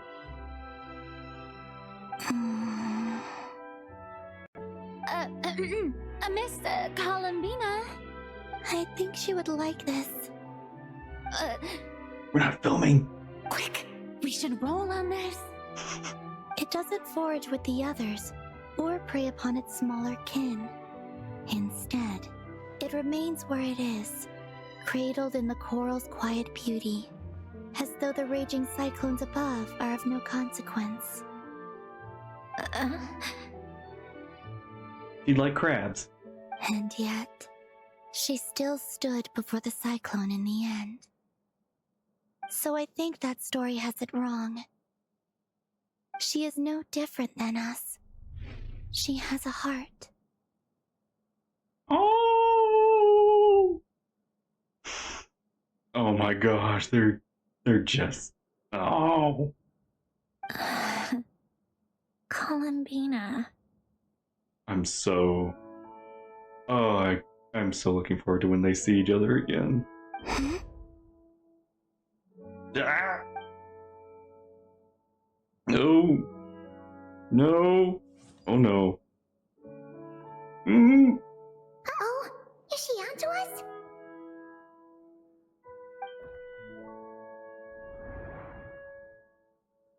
Oh, she pushed the box. Wait, no, did she open it? What is she doing? Cut! No, wait, no, this might be the best take you're gonna get. You okay, Columbina?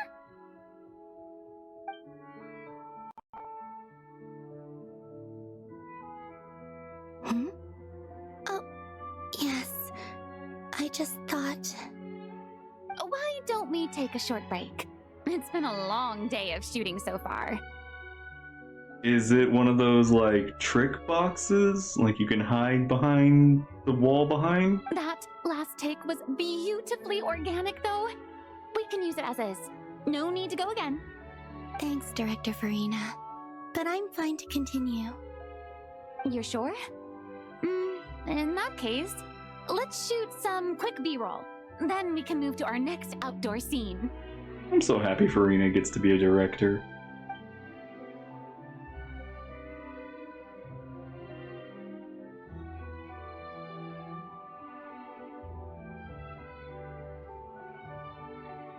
We're in the clear this time.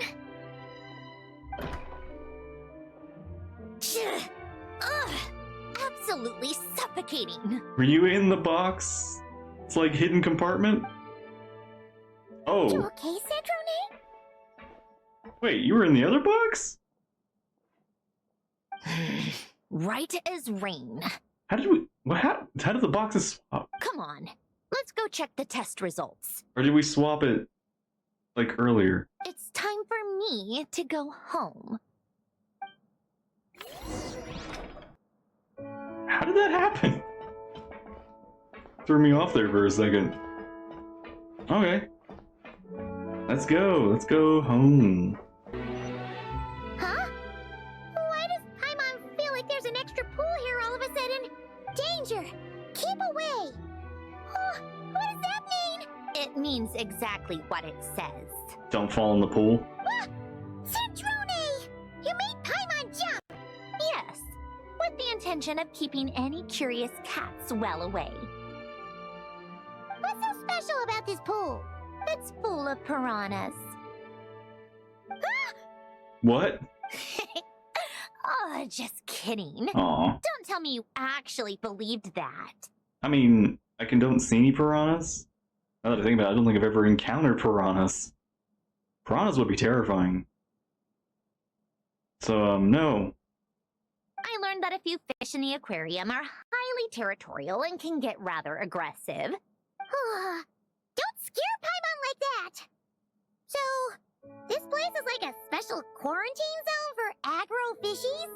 Exactly. It's fish The jail. water in this pool is much deeper and there's a lot more space. I also asked Sijuin at the Fortress of Meropede for some special bait to help mellow them out a bit. Oh, wow! So, you really do care about the fishies' well-being? I don't think anyone wants to see the aquarium turn into a bloodbath. That's for sure. Anyway, why don't you leave this to us? If you insist. When the fish in the pool feel comfortable enough to swim to the surface, it means they're on the mend. So, once they're all relaxed and happy, we can put them back in the aquarium? If you want. They're your fish, so I'll leave it up to you. All right, it should be around here. Give me some space. I'll activate the water insulating mechanism.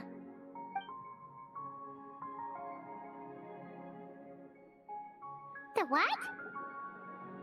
Hélène, much like Renee, had long predicted that the water levels in Fontaine would rise.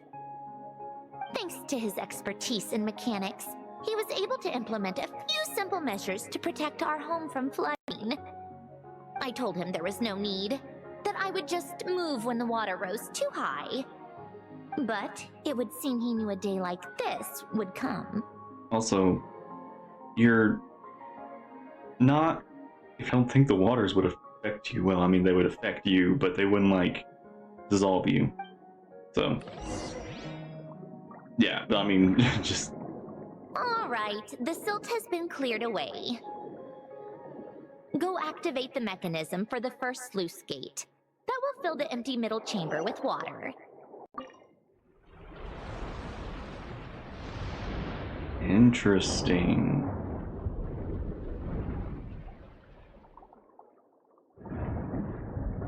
Okay. Alright, now turn on the drainage mechanism in front of the second sluice gate, and this chamber will become empty once again.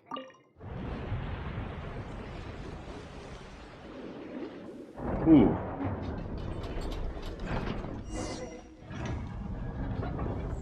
That's cool. That sounds kind of cool. Ooh. Wait.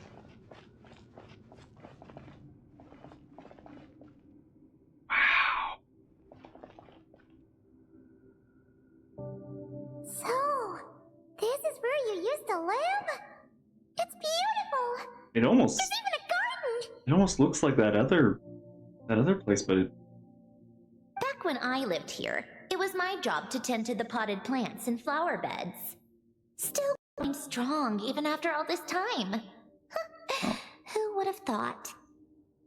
Underground, underwater too. If the weather was nice, I would take Alen out in his wheelchair and we would go for a walk. Before long, we started bringing Polonia along too. Come to think of it, I was the only one who could get around easily back then. Polonia always got stuck at some point, and it was up to me to launch a rescue mission. Dang, you had Polonia for that long too. Sound like happy memories. Happy? I suppose they were. Uneventful, but pleasant. Repetitive, but peaceful. It was like living in a world where time didn't exist. Of course, that was all just an illusion. Death still awaits all of us at the end. Oh. All right, enough standing around. Let's head inside.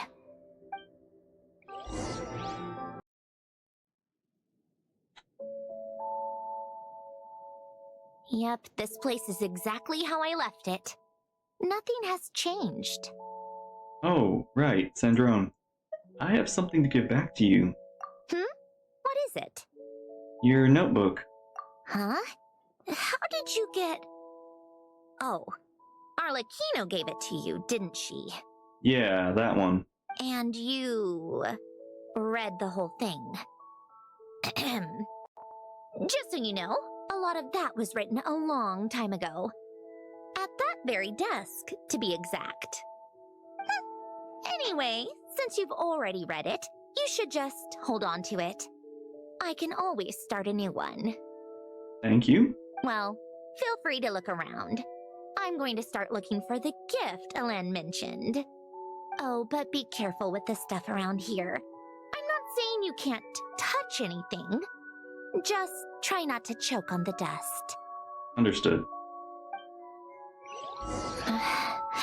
Polonia. Or you built them, isn't it? Oh, where a few things were built as well. Is this permanent? Like, can we come back into this dwelling?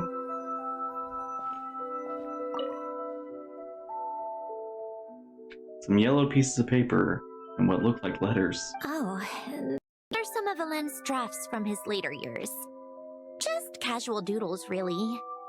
And these are just some unimportant letters. I couldn't be bothered to sort through them before I left.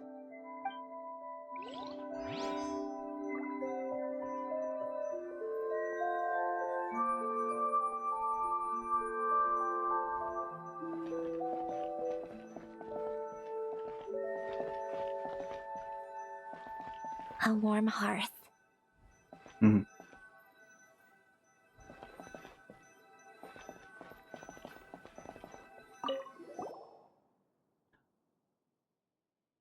Faded old picture. Whoa. The people in this picture look kind of familiar. Is that what they look like grown up? I don't recall. I remember the kids' picture. I feel like there was another picture, but I can't remember. It was like this one? Oh, this was taken when Hélène and Renee were both still at the Fontaine Research Institute. Before their falling out.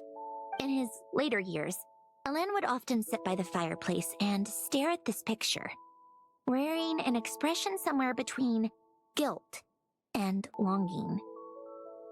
I don't think we saw this picture before. I feel like I would recognize it. Renee looks really, stylized. Lang seems to be keeping up with his old overall, or his apron and all that. He said he sometimes regretted not helping his friend when he needed it most. Even if just to stop him.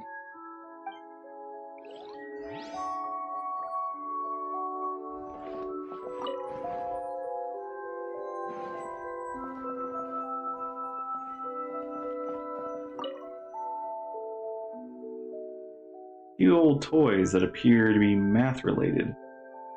Oh, it's that. Wait a minute. That's that game that the Sumeru people kind of made, but it's way more advanced. Also a complex mathematical puzzle on the table. Oh, I played with these when I was little. During the first few months after I was created, I mean. I was gonna say, wait, there was Marianne, but I don't know if there was a small small sand? At first, Hélène and I would play together, but it didn't take long for me to become unbeatable. So, Polonia and I played together instead. Yeah, these don't look like Paimon's kind of games. Oh, Paimon, I think you enjoyed it. It might help you, come on, you're graduating. Logic and math puzzles? Those happen to be my specialty. It's been so long. What do you say? Should we play a few rounds? Yeah, please. Let's pick a game. Let's go with this one. The gears on the left are stacked from largest to smallest. Oh my god. The goal is to move them to the other side in the fewest number of moves.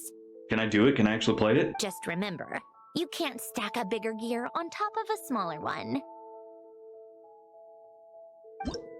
I can do it! Okay, in the fewest moves. Oh, what was it again? It was like 37 or something? I remember this.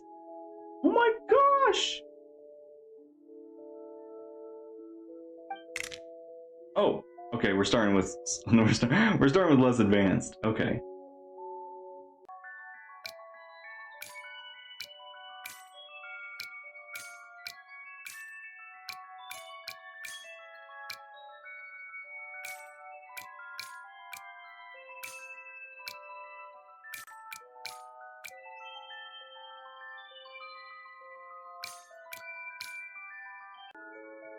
Shoot, messed up.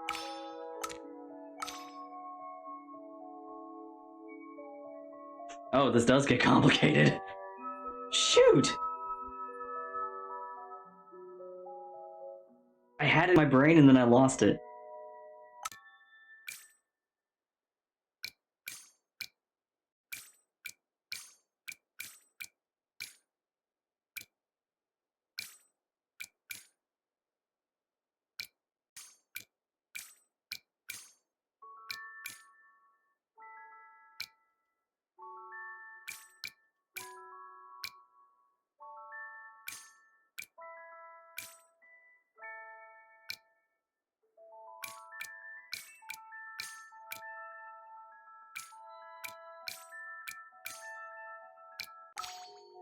I think we got it.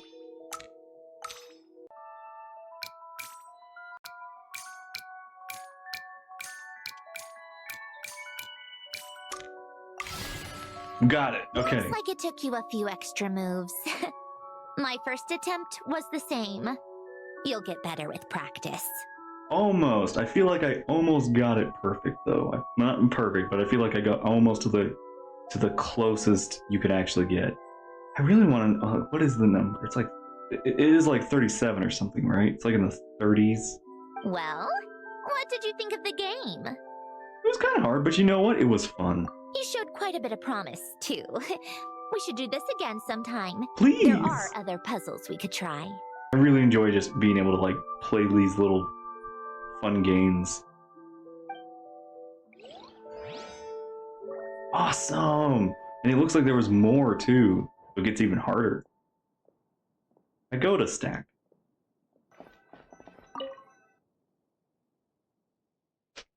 Some sort of mechanical workbench covered in all sorts of tools. Nothing a novice like me could make heads or tails. This was Elaine's workbench.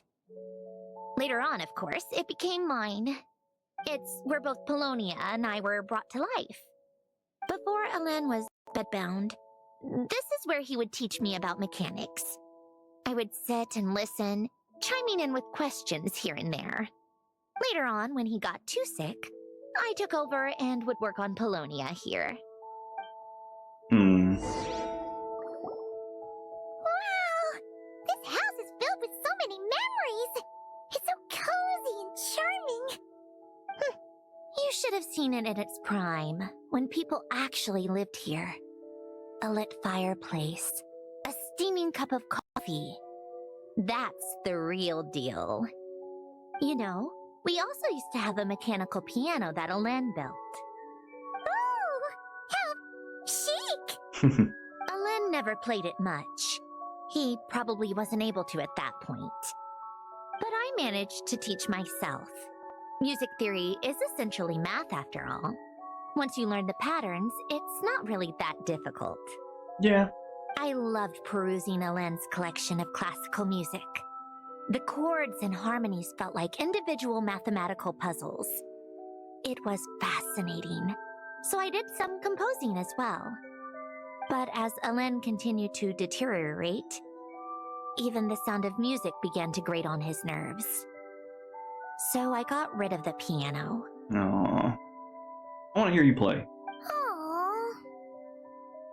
Back then, I assumed a piano was like an ordinary clothing rack, commonplace in every home and easily replaceable. It was only after I left that I realized how hard a good piano is to find. Enough about that. Elaine's gift should be just in here. The only things undisturbed before I left were a few of his personal belongings.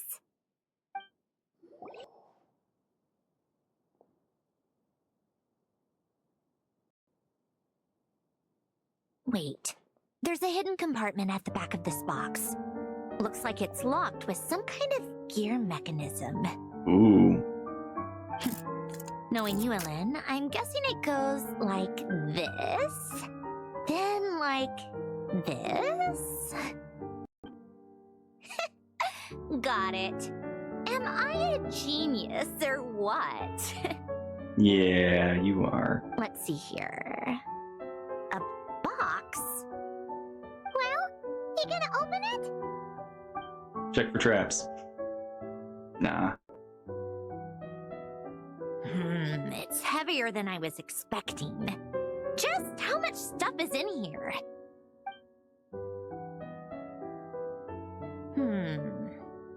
A letter? And a bunch of junk underneath it. None of it seems that important. Well, read the letter. Wait a second. This should be it. Oh, a cube? It's a multidimensional algorithmic core. Elaine would use it to store information. Only Polonia and I have access. Oh. All right. I'll start looking into the core and the letter. Feel free to go through the rest of the stuff and see if there's anything useful. Alrighty.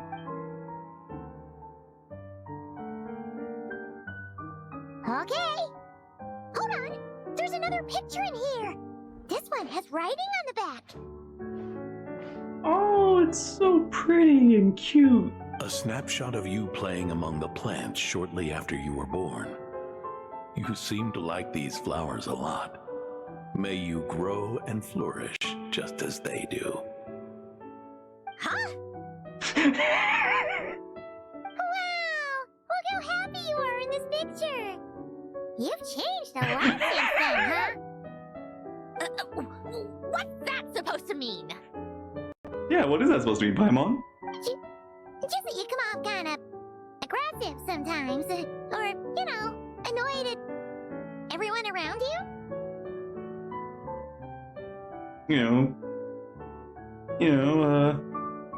Coarse, rough, and irritating. Well then, people should stop being so annoying. It's not like I'm the one with the problem. Of course not. Atta girl, Paimon. Oh, here's something else. Looks like a piece of paper torn out from somewhere.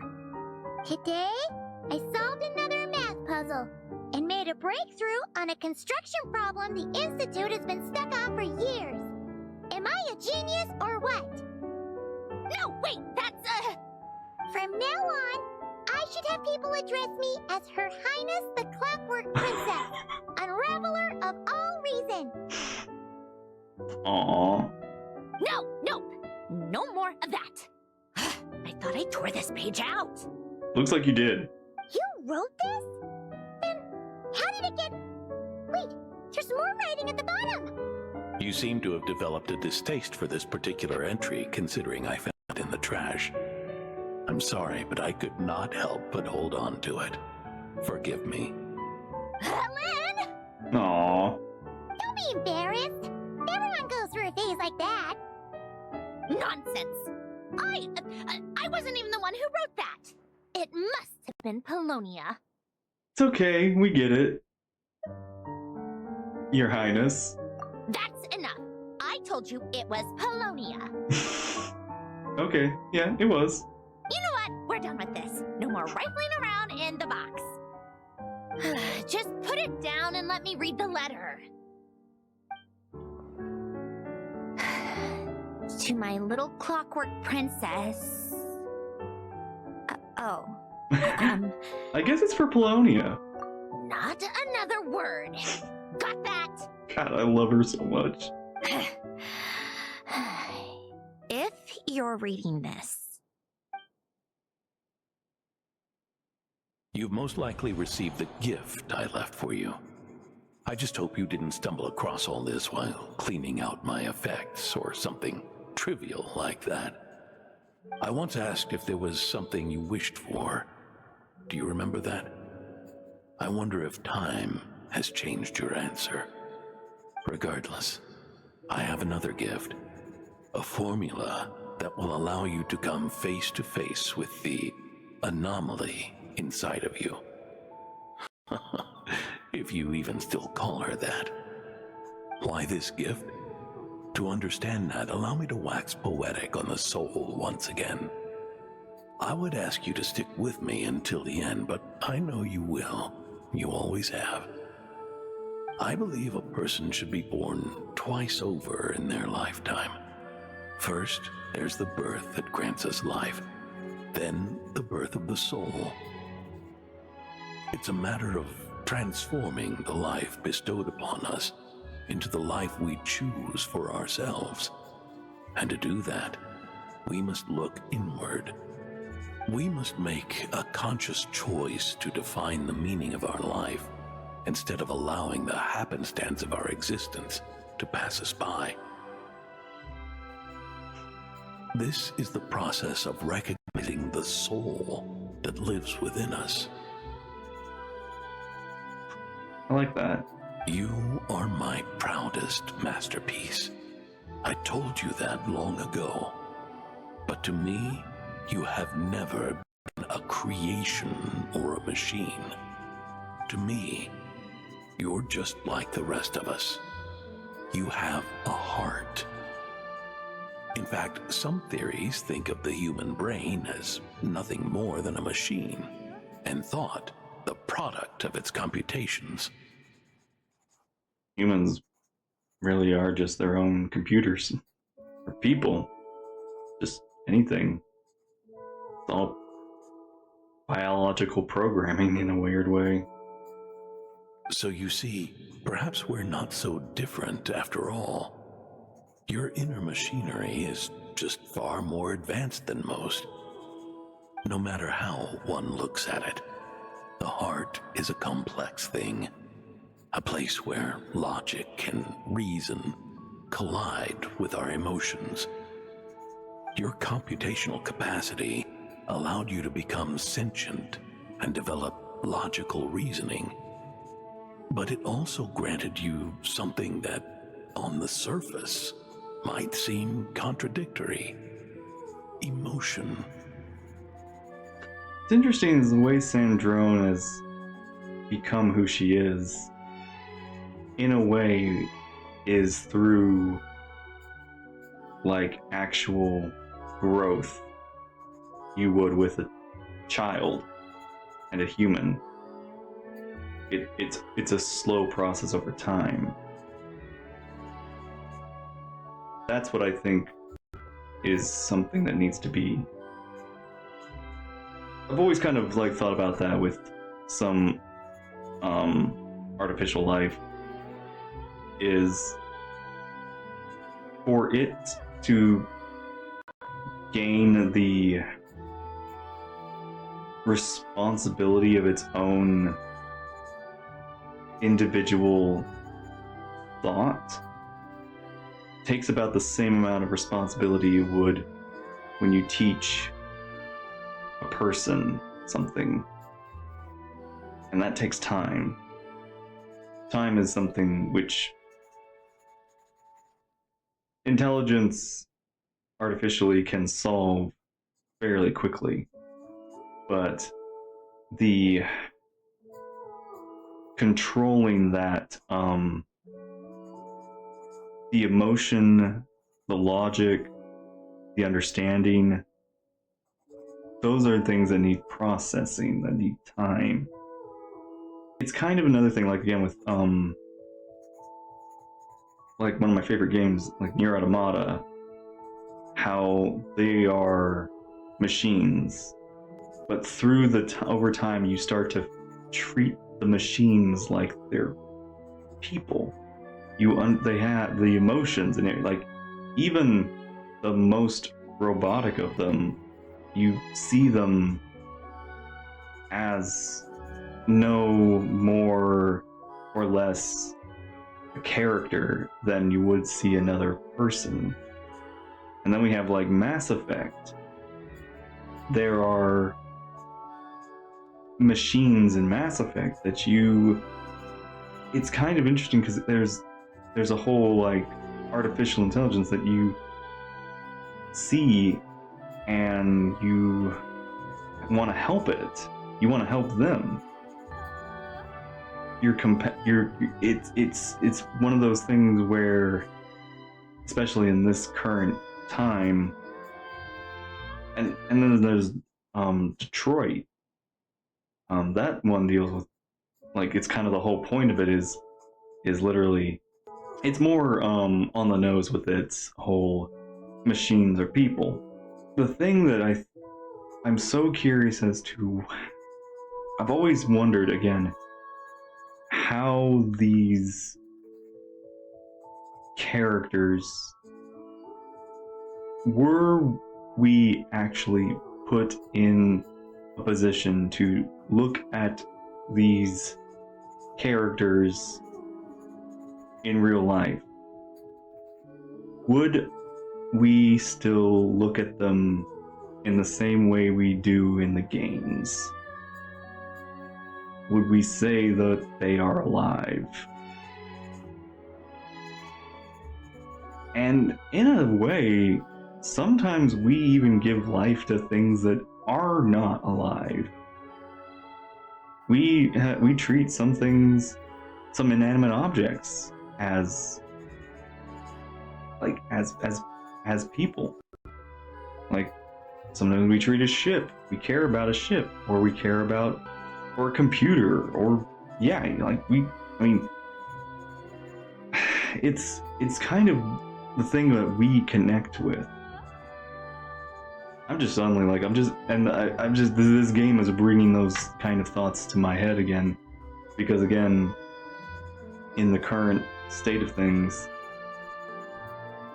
what we are dealing with, I would say, isn't life, but a cheat code.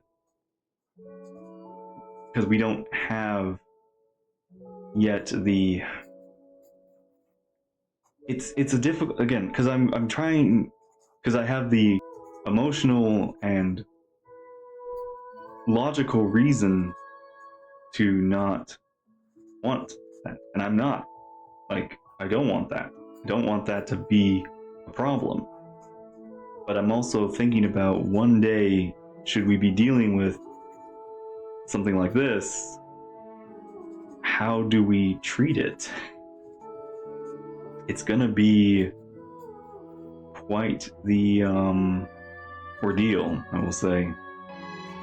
It's one of those things where we just hope that both us and that can find the right ground.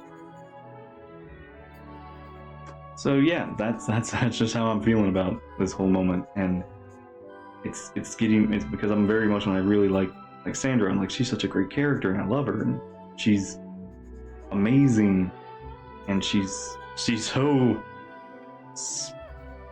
her the way she emotionally acts really brings her to life. So I really believe in her.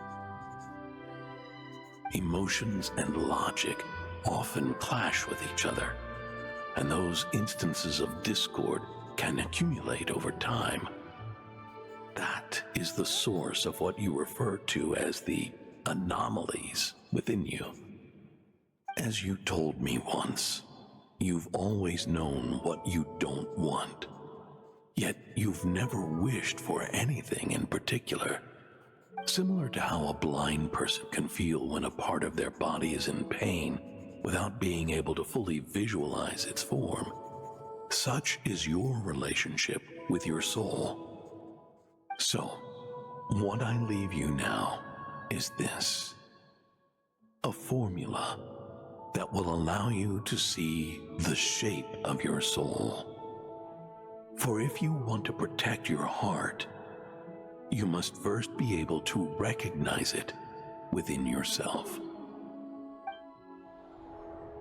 Of course. Whether you use it is entirely up to you. You are, and always have been, free to do as you wish. Regardless, whether by my formula or some other means, I trust you will know your heart one day. You always were a fast learner, and the smartest person I've ever known. Ellen. Oh, You alright? I'm fine. I've already figured out how this formula works. Let's get out of here and then we can use it. you made up your mind already? You're gonna do it? Why wouldn't I? Resolving the anomalies within my core is the reason I came here in the first place. Need our help? No, I can do this on my own. But, do you want to watch? Sure. What do you mean? See the master at work? I already know what anomaly I need to resolve. Like Alen said, she's an amalgamation of all the times my logic algorithms have clashed with my emotions. And by resolve, you mean that literally, or... Yes. But if you, let us in like that, wouldn't that mean letting us see a bunch of your, you know, inner thoughts and secrets? If what Alen said is true, then I'm about to be, born anew. Or whatever. This is your chance to be lucky enough to witness it. Oh, thanks. Besides, you already read my whole diary.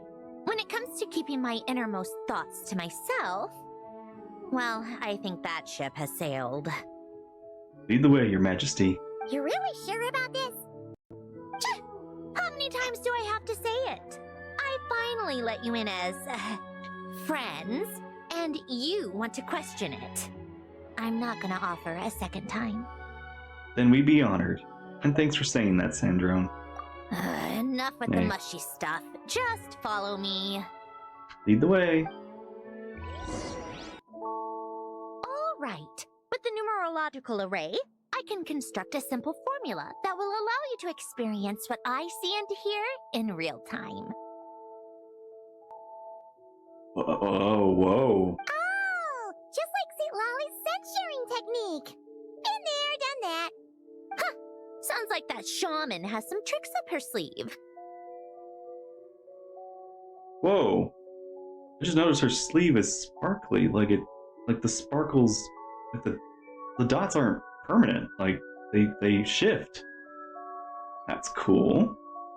The arcane and the mathematical are both fundamental laws of this world. Being able to achieve a similar result through both isn't surprising. Anyway, let's get this show on the road. But no comments from the peanut gallery, okay? I know I offered, but I still don't want any interruptions. Okay.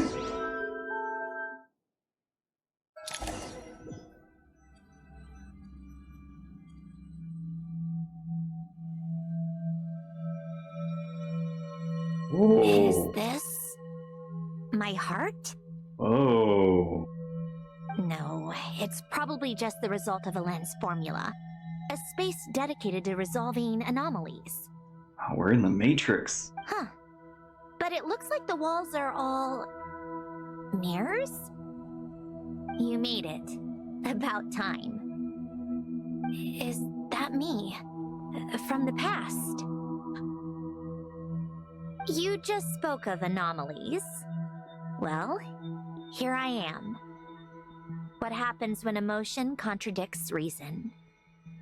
Shall we sit down and talk? Wow. Like, it's so interesting to see, like, the differences. Weirdly, again, like, looking at her old design really makes her almost look like an NPC versus a playable one. I kind of again, when Scaramouche became playable, we got a different outfit, but we didn't get his old outfit. I kind of want his old outfit, just for, like, a skin. So I kind of want the same here. I want this old outfit as a skin.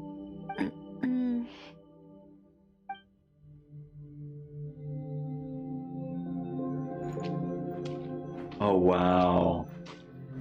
That's cool. Oh, I can't jump.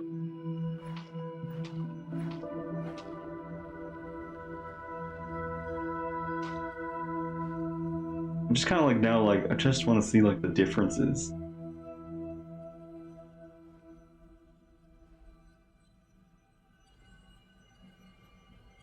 That's so cool.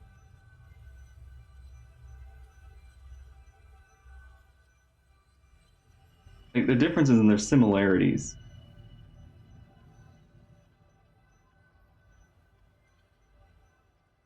There's lots of things about the old outfit I still really enjoyed or preferred. Like the skirt and the shoes, actually. I just noticed are different too. I will say, I think I do like this darker color on her, though. But I do like, the old one's skirts, like the tails, those are really nice. Like, she had more yellow on her. Like, she looked like she was gonna be Geo. Okay. Let's do this.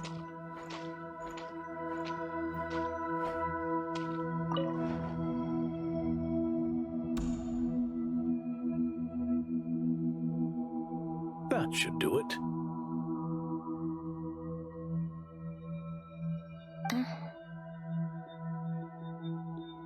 Hello. My name is Alain Guillotin. Can you hear me? Her birth. Brings back memories, doesn't it?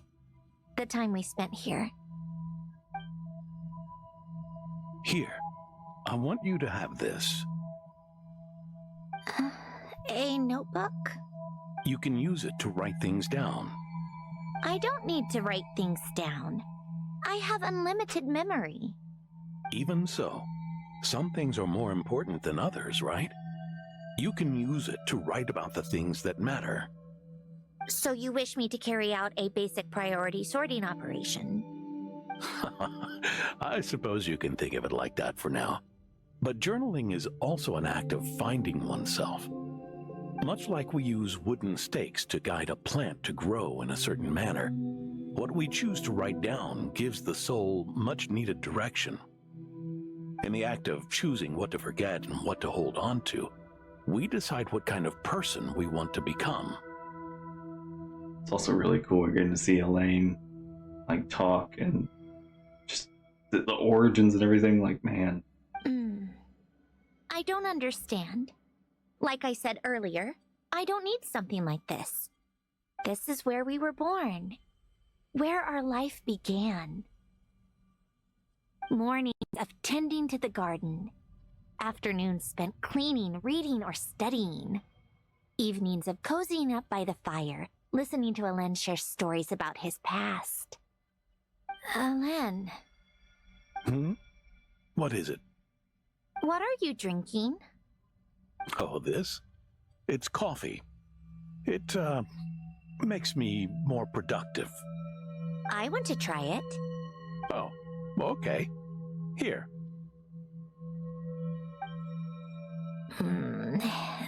Bitter. Speaking of, why did you design me with senses? Taste, smell, touch. Okay. Well, I'm not quite sure. It just felt like the right thing to do. I suppose I hoped you might have a life of your own one day, and that you deserve to experience all life has to offer. Oh. You get to develop your own tastes. Still bitter. But the smell is nice. Me, how I feel about coffee. Not a fan of it drinking, but I do like the smell. I thought those peaceful days would go on forever. You know that's not possible. Maybe. But how was I supposed to know the end was just around the corner? That was just bad luck. Was it? Well, it certainly became a pattern, now didn't it?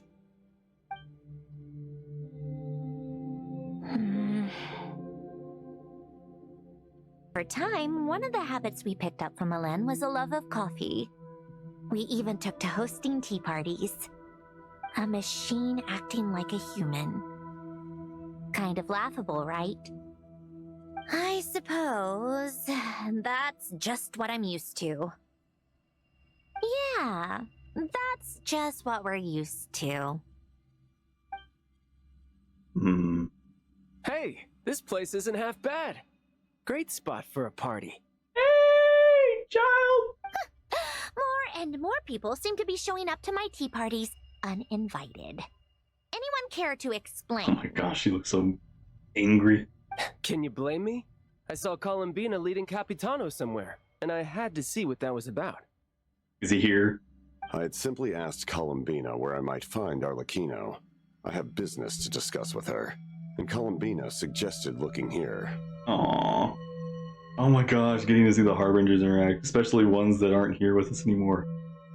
Please. Tartaglia and I were unaware that this was a private gathering. Apologies for the intrusion. It won't... Whatever. Just add it to the list of annoying things that have happened today. What's one more? Since you're here, you might as well stay for a cup of tea. Aww. Yeah, I remember like her mentioning like Capitano would join the parties sometimes. See? Told you she wouldn't mind. Much obliged, Sandrone. Well, look who we have here. Good thing I brought extra desserts. This has turned into quite the occasion. I was literally thinking, wait, is she here? Is she here? Is she here? And yeah, she's here. Oh my gosh. Oh, lady, it has been years. Oh, I'm sad we lost you so soon now. Capitano, I was just about to go find you. Pardon the intrusion. Rest assured, I won't sully your gathering with talk of work. We can have our discussion later. Spoken like a true gentleman. A certain unmannered 11th seat could learn a thing or two. You know, you really should start being nicer to me, Rosaline, or I might just snatch that 8th seat right out from under you. Trying to think of where Child would be now, technically, if we take out all the Harbingers that are no longer with us. We don't know who the 10th is. But the top 3 aren't Harbingers anymore. There are no more the top 3 Harbingers. So technically be Arlecchino. Who was the 5th? Oh, Rooster. So that's still there. 6th was Scaramouche. 7th was Sandrone. 8th is her. And then we have 9th, which is Regrator. 10 missing, 11. So Scaramouche out, that would be going to the 10th. Child is pretty close to taking the 8th spot. We go by the workarounds. I'd like to see you try. Gosh, it's so good to hear you two again. If you're gonna fight, take it outside. The only mess I plan on cleaning up is tea-related. Damselet! Oh my gosh, finally a good, like a Harbinger scene with like a bunch of you all. I still don't understand how our quiet afternoon turned into such a crowded gathering.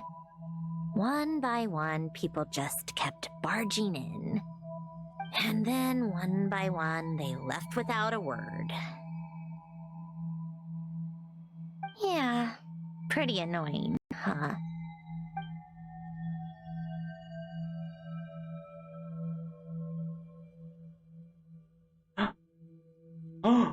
Oh my gosh, we're gonna have this memory. No, we're gonna re-see this scene again.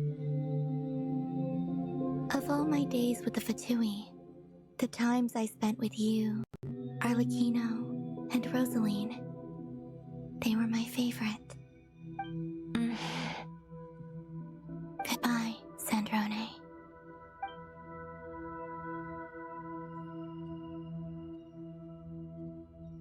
She doesn't. Don't go, Columbina. Oh, that's what she really wanted to say and feel. She didn't have cat ears. We should have just said that. Why didn't we? If we had, would the story have had a different ending? She couldn't stay. There was no future for her here. She would have just faded away. You're right. I suppose that's why you call me an anomaly. Even the hair has been more detailed. I mean, I know one's playable, but still. It just does feel like they're the same model, but I guess they're almost not. Every time you make a decision, there's a voice inside your heart. My voice, asking to contradict all logic and reason. Why didn't we make her stay? Is it worse to fight for something just to lose it? Or not to have fought at all? Don't you find it unfair? One by one, we keep losing the things we care about the most. But in the end, whether I want to fight for something or cry over all we've lost, you just push it down and pretend not to hear. I see. Oh no. relive this moment too.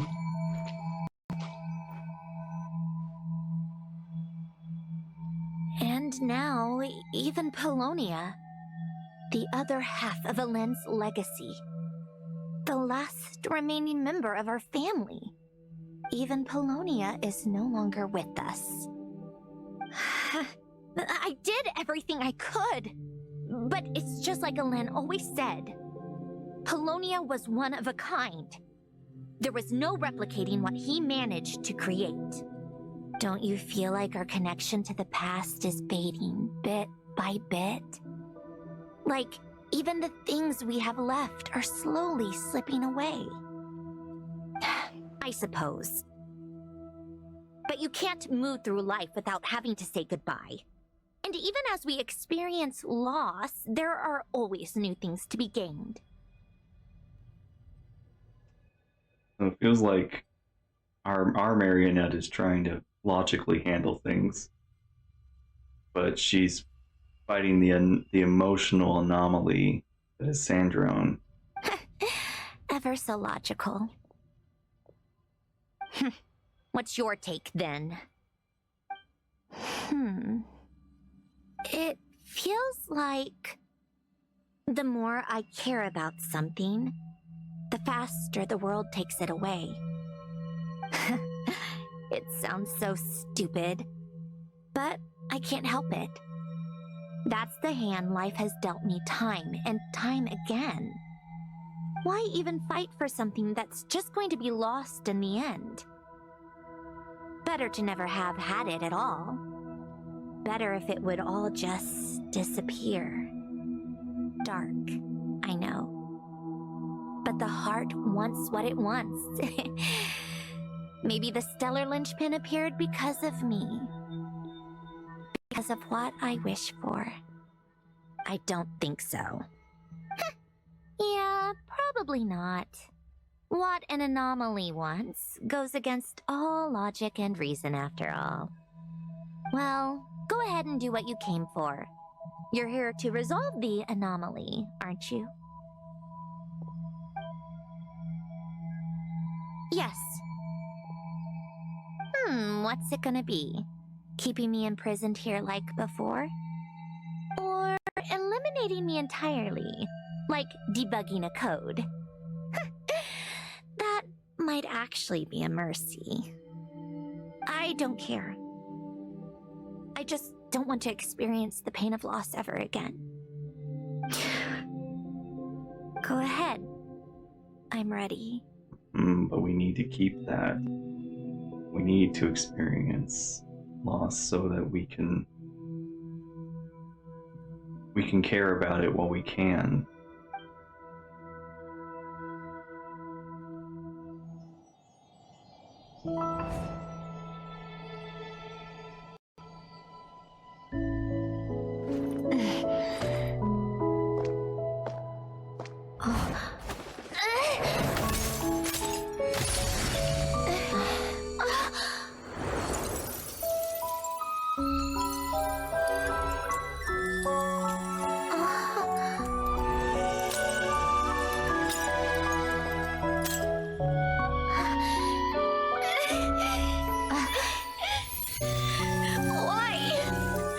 Why do we keep losing everything we care about? I know it hurts, but that's life. I wish... I know. I've always known. Because we've been one all along. She's a part of you. She's you.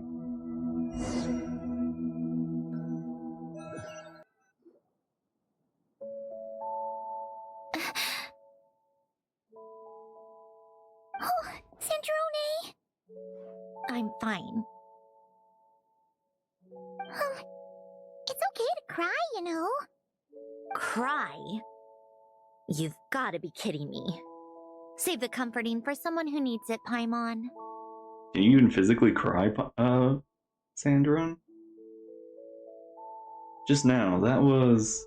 The emotional side of my core algorithm. My emotion module has always been fully developed and operational. Elen tried to tell me that too. I've just chosen to ignore her voice all this time. Because of the fear of loss?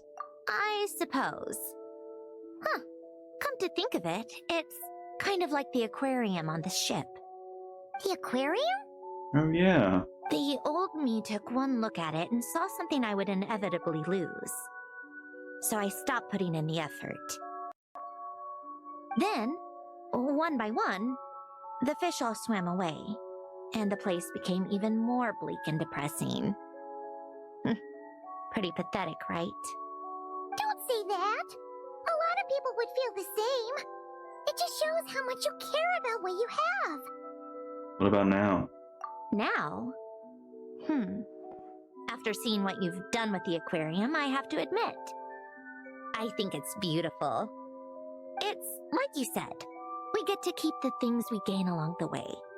And those are things that can never be replaced, because we choose to hold them in our hearts. Well said. Besides, I've already died once. I'd be stupid not to make the most of this second chance. Yep. Second chance to really live now. About your wish. Right. Earlier you, or your inner self, mentioned something about her wish. What was it? You think that's something you can just ask and I'll tell you? Think again. Aw.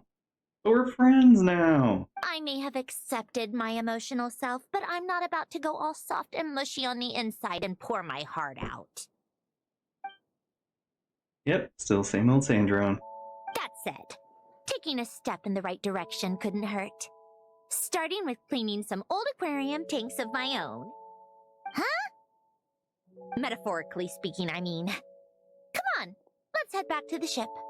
I need to talk to that shaman. Are we gonna go see an old friend?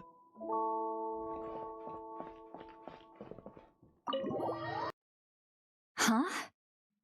Resentful lost souls? You couldn't get comfortable sleeping near the Opera Epicles, right? Well, I bet that's why. The Fountain of Lucine is where all the water in Fontaine gathers. So that's where the emotions within the water converge as well. Oh. Hold on. If it's souls we're dealing with, feeling uncomfortable should have been just the beginning. I should have been able to hear their voices or something. And under normal circumstances, I'm sure someone of your talents would have. The problem is, these souls are no longer complete. Remind me how they ended up like that again? You mentioned something about them being split apart? Yes, it's called soul severing. Renee of the Nord-Sitzenkreuz Ordo came up with it. After learning of Fontaine's impending doom, Renee thought if he could find a means for the soul to live on in perpetuity, it might ensure the world's salvation. Soul severing was the first step of his research. Wait. So... with Silali... Unfortunately, his theory of the four orthants was imperfect at the time, and a failure along the way caused his physical form to dissipate. Jakob, another member of the Nord-Sitzenkreuz Ordo, sought to carry on Renee's legacy and restore his physical form. He even used some of the people who stood in his way as test subjects for his research. By severing their souls? Yes. After Renee successfully awakened, the two continued their research, and all the severed souls ended up merging into Renee's consciousness. After you saved Fontaine by turning Fontainians into true humans, these souls returned to the ley lines. But the souls severed before Renee awakened had nowhere to go, doomed to forever wander the waters of Fontaine as listless spirits. Almost as if they exist outside the bounds of this world, unrecognized by the ley lines or fate. No wonder I couldn't sense them. Breaking free from fate was also one of Renee's goals back then. Not only that, but over time they began to fuse with other entities. Their inner resentment lured in all sorts of evil beings, which corrupted and defiled them into nothing more than accumulations of filth. But the full transformation must have been recent. Otherwise, the Udex surely would have noticed. Wait, no, he must know already. That would explain the underwater melazine patrols. No wonder I kept running into officers from the Mara Chaussee Phantom earlier. In that case, let's go find Nervalette and we can sort it out together. No, not just yet. Why not? For one, the diplomatic castle alone would be a nightmare. Even though I haven't reported back to Snezhnaya yet, I'm not planning to leave the Fatui anytime soon. Besides, with me here, success is a done deal. Involving other people would just complicate things. All I need is for Miss Lolly to help pinpoint the location of this monstrosity. Think you can do it? Oh, okay. With my eyes closed. This is what I do. I'm a lot better at it than manning a desk, at least. But, how exactly do you plan on resolving this soul stuff? Even to me, there's no obvious answer. Seems pretty complicated. Just trust me. I have the perfect solution. Oh, alright. If you're that confident, we'll follow your lead. Why the sudden interest in helping Fontaine with this, Sandrone? You never knew Renee and the others, right? No, I didn't. And you're right. This problem has nothing to do with me. I wouldn't get within 10 feet of the Nartsitzenkreuz Ordo or its members. But, in his later years, Elen told me he regretted not helping his best friend when he needed it the most. He also felt sorry towards Marianne, for being too lost in his mechanical research to look after her properly. If he were still with us, I think he'd do the same. He might have a few choice words to say about it, but even after everything, he wouldn't leave his friend's mess for someone else to clean up. Friends shouldn't hold grudges or leave behind regrets. Fixing what happened between him and Renee was one of his greatest wishes. All I'm doing is fulfilling it in his stead. You really do seem a little different now. You mean everything that just happened wasn't for nothing? Why, thank you for pointing out the obvious, Paimon. Giving those aquarium tanks a good cleaning, huh? Just washing off the grime of the past. Turns out, a lot can build up after being ignored for so long. You know, I think you two would get along too. What's this about aquarium tanks all of a sudden? They go off on some grand adventure and what? Now they have their own private code? Stupid. Can I still read her head? No, I can't. Alright then, Lolly. Tracking this thing down is up to you. Huh? Oh, right. No problem. You got this, Granny Eatsley! You got this, Granny Eatsley. You! Come with me to Hotel de Boer for a drink. Right now. Why? Why? Because I said so! Okay. Miss Guillotin, I'll report back on the location tomorrow morning. Just need a drink or two first to bolster me up. Oh, okay. What did I do? Well, don't let me keep you. All right, you. Time to go. I've got scores that need settling.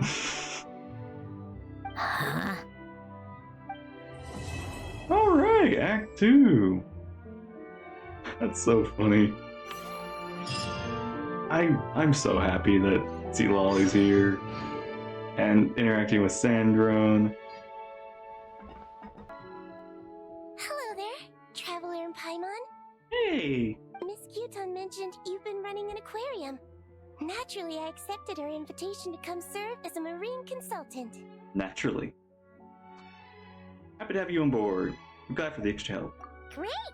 With head nurse Siegeween around, we won't have to worry about the little fishies getting sick. Since you asked me to look after the animals at the Chevalmoran Film Fantasyland, I've picked up a few tricks of the trade. Oh, yeah. It turns out looking after animals isn't all that different from caring for patients. Well, the well-behaved ones at least. But that's the thing. not all fish are well behaved. So on top of looking after the ones you already have, I have a few ideas for inpatient therapy that I'd like to discuss. I'm all ears. The word from Officer Ceseth is that certain wild fish have been getting unusually aggressive lately. Apparently, they're attacking other creatures, as well as divers and even small boats. Those are some very aggressive fish. I was wondering if we could invite them to the aquarium for some rest and relaxation. At the very least, it'll keep them from causing any more trouble. So jail time. Once they're here, I can look for a way to cure their sudden bad temper. That way, we can help the fish and the waters return to normal. And you can add some unique guest performers to your aquarium. What a wonderful idea! You've got my full support. All right. I'll give you all the intel I have on where to find those aggressive fish. Traveler, Paimon. Don't worry, I know what's up. It seems that the reason there have been so many divers around lately is because everyone's trying to clear away all the underwater junk. If that's the case, I should really double down on my own efforts to help. If the underwater pollution gets any worse, the colors of the Rome maritime flowers will fade. Work together to clean up the sea! Hey, Remini! We found this pretty awesome looking thingy underwater. We think it might be part of a musical instrument? What do you think? Sure. Oh, wow. This is really intricate. I've studied a fair few mechanisms, but I've never seen anything this detailed or unique. Fits in well with the surroundings. Looks like it's missing some components, though. That's alright, we're not in a hurry. Though, Paimon is curious to see what it looks like once we put it back together. Alright, I'd better head back down to help with the cleanup. We will! Make sure not to work too hard yourself!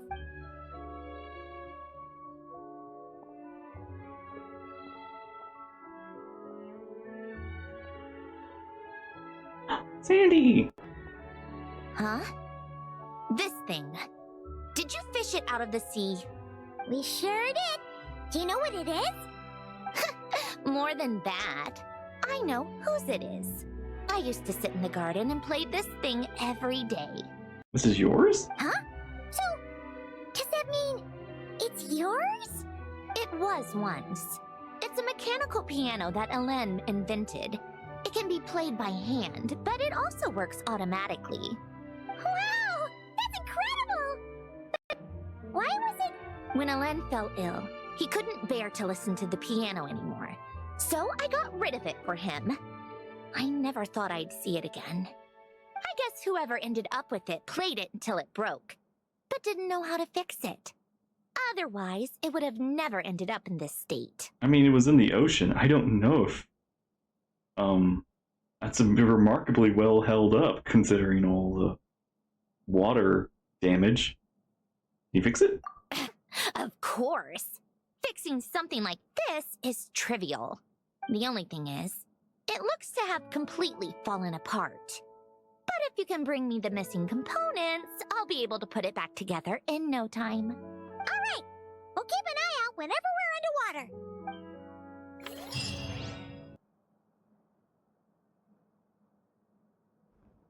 Thank you for all your hard work, Traveler in Paimon. Hi, bye. I have a pretty good understanding of our patient's condition now, so I've mixed them up some special melazine medicine. Adding these herbs to the water tank should help calm them down. So, you're basically turning the whole tank into a giant health spa? Huh! There really is a plan that only you could pull off, Siegeween. But won't this temporarily relieve their symptoms? To completely cure them, we need to find the root cause. You're spot on. I'll need to invite a whole variety of different fish here for physical examinations before I can determine exactly what's wrong. I'll put together a list of patients to check based on the characteristics I need. I'd appreciate it if you could keep a close eye out for any fish that meet the criteria.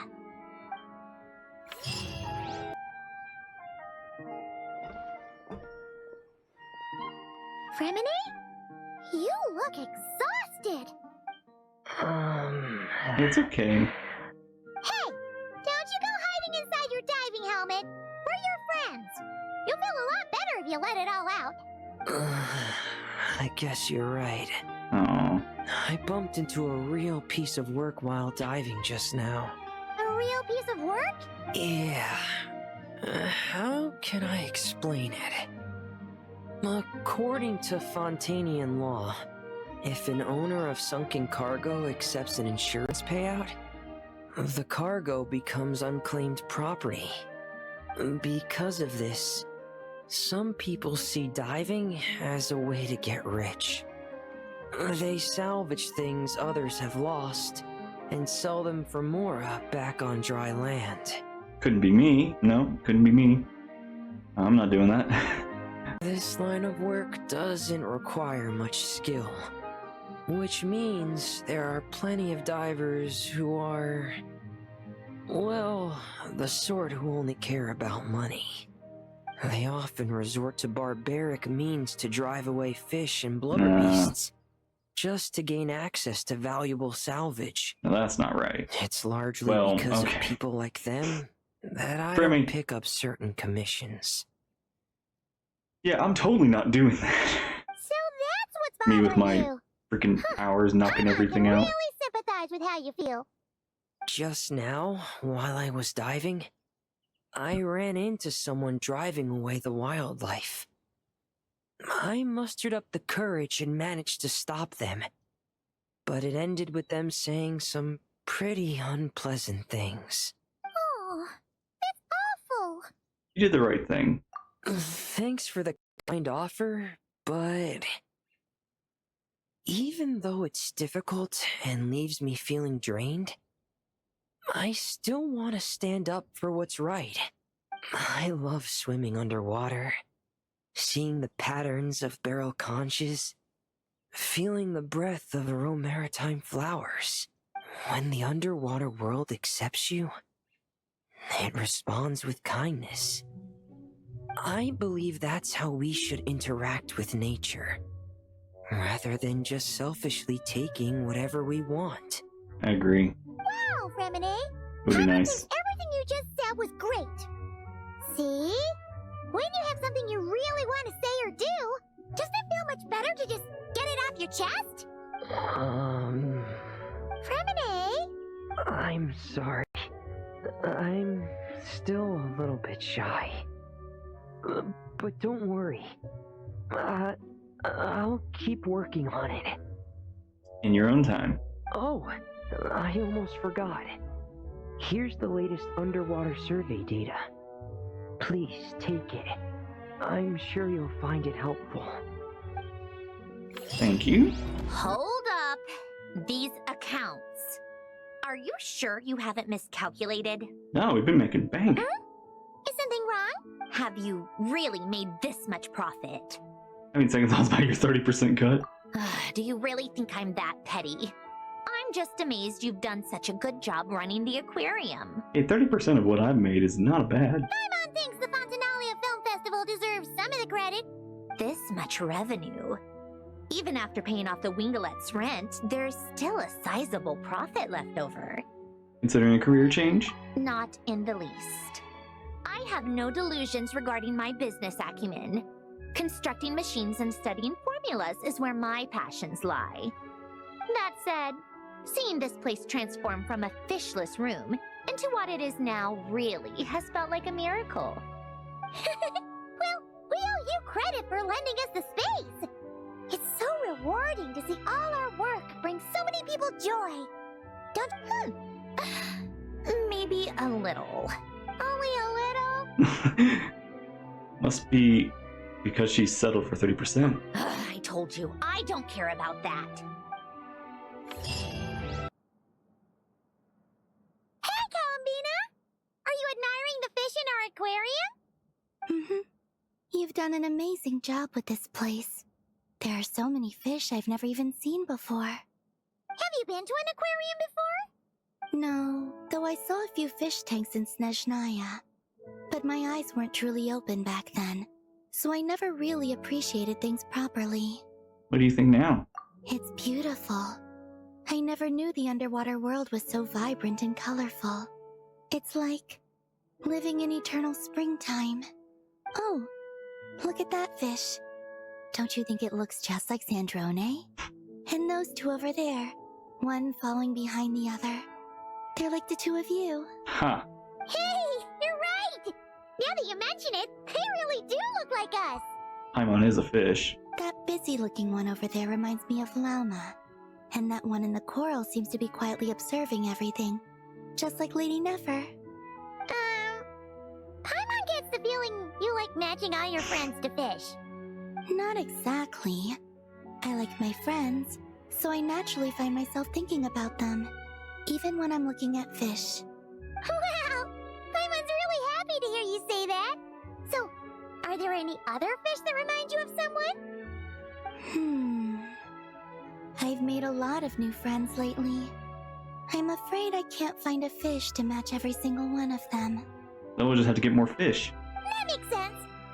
Anyway, we'll keep adding more fishies to the aquarium. You should come back from time to time. Maybe you'll be able to find even more of your friends next time you're here. You're going to put my friends in the aquarium? Of course not!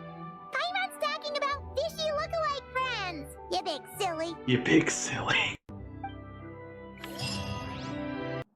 Hey! I think this one. Yes, I see what you mean. Why that one? Look at the color of its tail. It's the most fashionable thing in the whole aquarium. The colors are a bit loud for my taste, but alright, I'll take it as a compliment. Oh, which one looks like Chiori, or which one Chiori would... Oh, wow.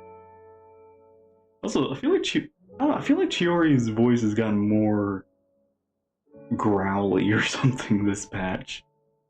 Whoa! Look at all these people! Is everyone here to see the fish? I just wrapped up a scene, so I'm taking time out to admire your aquarium. What were you talking about just now? We were trying to decide which fish looks most like Chiori. You guys do that too? What do you mean that too? Paimon? Oh, oh well, it was actually Columbina who mentioned it originally. Oh, Columbina. It sounded like fun, and then before we knew it, we were doing it too. Oh, you were oh, okay. So, it's contagious! Oh, look. That one's just like you, Chevreuse. What do you mean? That sounded like you better not. Never still, swimming laps around the tank. Just like you. Training every second of the day. Is that how you see me?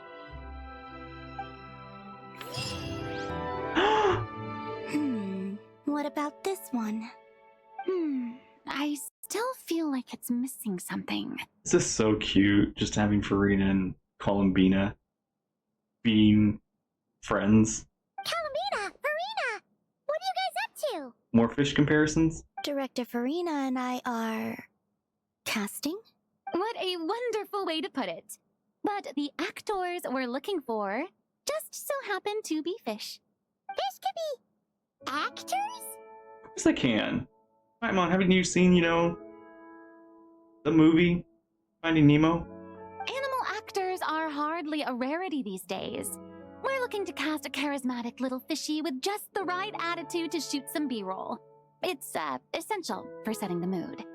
But I feel like we've seen every fish in the whole aquarium, and none of them quite fit the bill. Really? Should we try asking the Traveler and Paimon for help? They have a knack for solving tricky problems. Paimon's happy you have so much faith in us, but when it comes to casting fish... We could try rounding up some candidates. Or even a casting location. Ooh, great idea! You're the ones with aquarium management experience, after all. So you're saying we should be on the lookout for talent whenever we go swimming? Paimon doesn't see why not. Then it's settled. I'll fill you in on the attitude we're looking for later. I guess this makes you talent scouts. You've really picked up the showbiz vocab since you started hanging out with Furina. That's cute. All right, that was great. Let's just do one more take. Good. And cut. Furina! Oh, plus columbina and Shiori too! You're still here? So the crab was the actor. Mm-hmm. We just wrapped up filming our B-roll. Oh, you mean the fishy acting stuff you were doing? How did it all go? Thanks to your help, we found a suitable actor for the role. The shoot went very smoothly. You two have a real talent for this whole aquarium thing. Furina was just telling us how you even inspired her to shoot an underwater documentary. We're so happy you like it. I like it too. I can sense how content the little fish are, swimming around. You've done a great job taking care of their needs. Aww. I just wish this aquarium could stay here forever. That way I'd be able to come and visit whenever I wanted. Good news, I think it's gonna be. If you're going to miss it so much, why not add a few more scenic shots to the film? You're right. We should totally shoot some more. Some more fish? Some more shots. Come on now. Lights. Camera. Where's my script supervisor? Everyone, take your positions. Paimon's ready! But calling out takes for fish actors is definitely a new experience, that's for sure.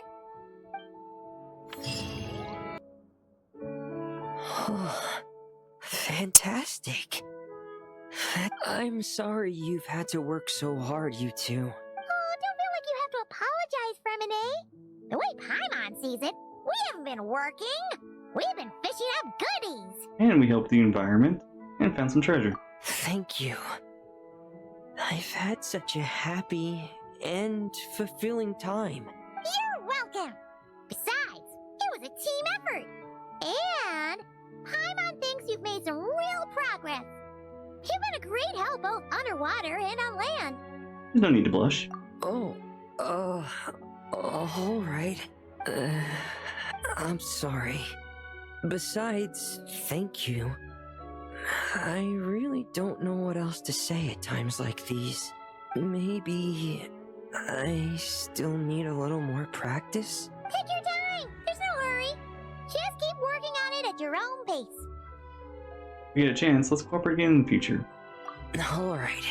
Now that the cleanup's over, I was planning on going back underwater to spend some time alone. Don't get pruny. But, weirdly enough, after talking with you, even the sky itself seems calmer. I just wanted to, share this feeling with you. Anyway, I'd best head back and meet up with Lenny and the others. I'll leave the rest of the underwater survey data with you. Thanks, Remy. Have a good one.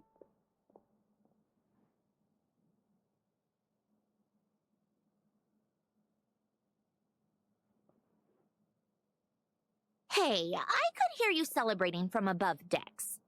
Has something good happened? I think we're finished. Yeah! All that junk that was upsetting the fishies has pretty much been cleared away. We also found the rest of the piano pieces. Really? Let me take a look. Well, I'll be. With these components, I can finally fix the piano. It might not be exactly how it was before, but it should be able to play beautiful music again. Oh, you sound really happy, Sandrone. Do I? Whatever. I'll go fix it right away. It shouldn't take me long. In the meantime, could I trouble you to spruce this place up a bit? Such a wonderful instrument deserves a proper stage to set the scene. Oh, she sure looks happy.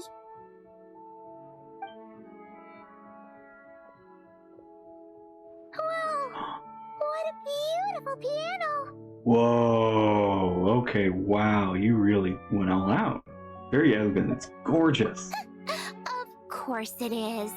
It was me who fixed it it after all. I also reinforced the mechanical linkages and retouched the exterior.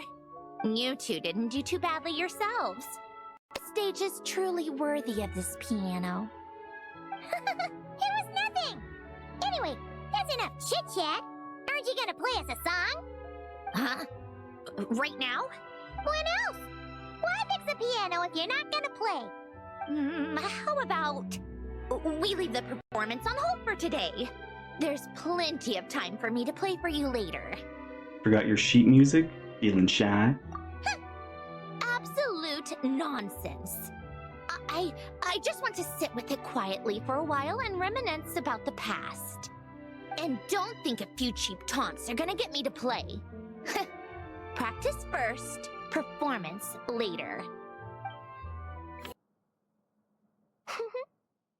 Well-behaved little fish swimming to and fro in spacious, carefully arranged tanks. It really is a beautiful sight. That's why our aquarium's so popular. If only they were this well-behaved in open waters. And then, people could dive down and immerse themselves more deeply in the beauty of the natural world. Anyway, thanks to your help, I've got to the bottom of why these fish were so agitated. Over the years, there have been plenty of shipwrecks, and even some absolute scoundrels illegally dumping waste in the sea.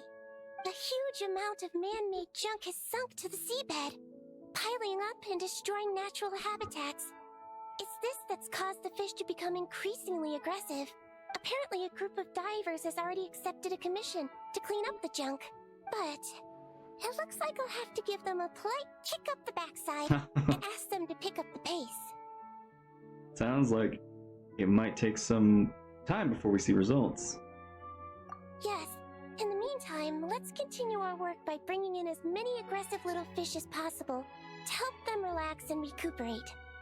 Isolating the patients from their harmful environment is an important step on the road to recovery. Got it! Just leave it to us! We'll keep our eyes peeled for the patients! Haha! Everything's going smoothly. I'm convinced that our search for a cure is entering its final stages. But, besides finding a few more aquatic patients to complete the list, I have another more particular request.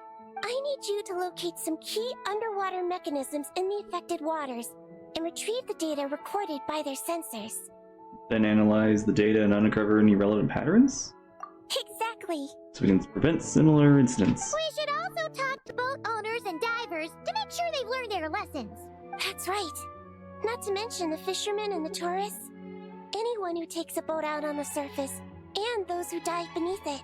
Everyone who interacts with our waters needs to be mindful. They can't just dump things in the sea and go around destroying marine habitats. No. Otherwise, some very aggressive fish might come along and capsize their boats. You know something, Siegewing? Is there Godzilla somewhere down here?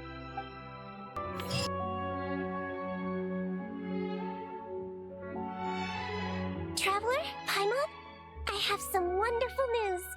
Everything's finally in place. Operation Agrofish De-Escalation has been a huge success. Hooray! Once the divers have cleared away all the underwater debris, and our patients are a bit more relaxed, we'll be able to return them back to the wild. Thanks so much for all your hard work. You've been working just as hard as us, Siegewing! I've written an incident report and submitted it to the Palais Mermonia. A specialist in this field should be drafting relevant regulations and will notify the appropriate agencies soon. I've also heard that some reporters and at least one director have shown great interest in this matter. Who knows? Maybe we'll even get to see a film about the importance of protecting aquatic environments one day. Yeah! That would be awesome! You can talk to people all you want, but there'll always be careless or stubborn folks who simply won't listen. You need to see something really scary.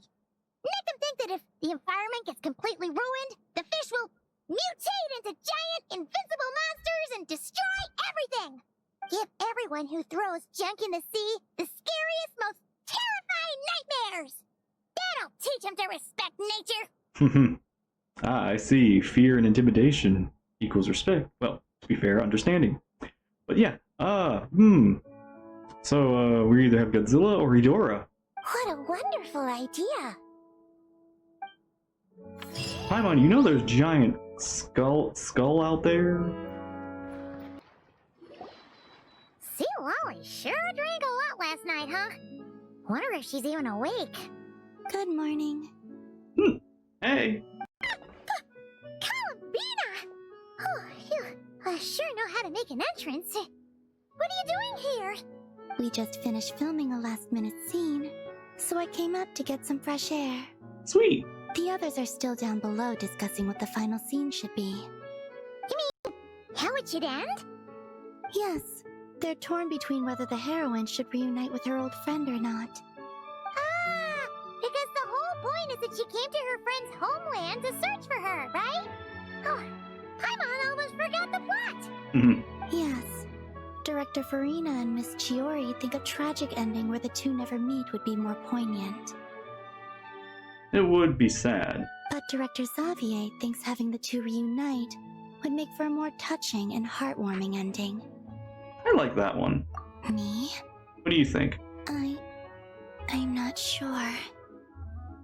On a personal level, of course I want to see her again.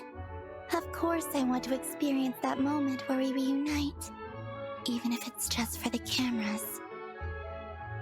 But that means an actor would have to take her place, and that makes me feel... Oh. Don't stress about it for now.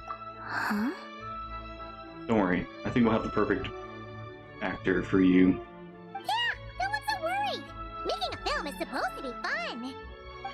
Besides, it's all gonna work out. You can trust Paimon on that. Work out? How? Well, you know.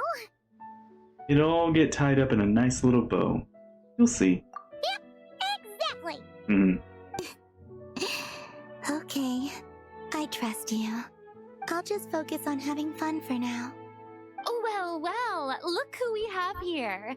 Traveler and Paimon. Hi, Furina. Oh, the lighting specialist and clapper loader that never were.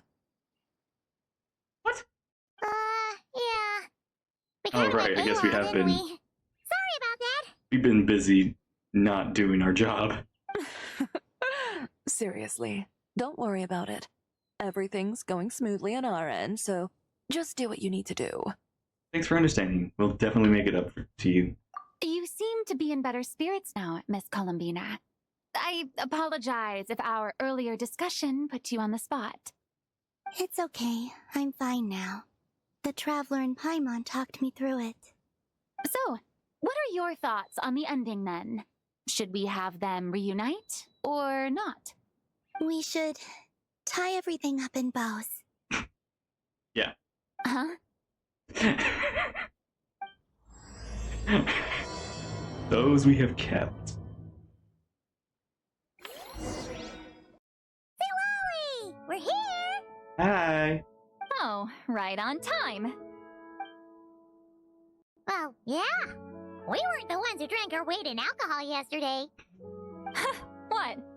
Are you suggesting Granny can't handle her liquor? It takes a lot more than that to get me drunk. Really?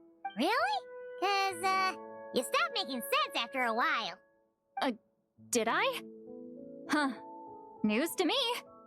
I didn't say anything too crazy, I hope.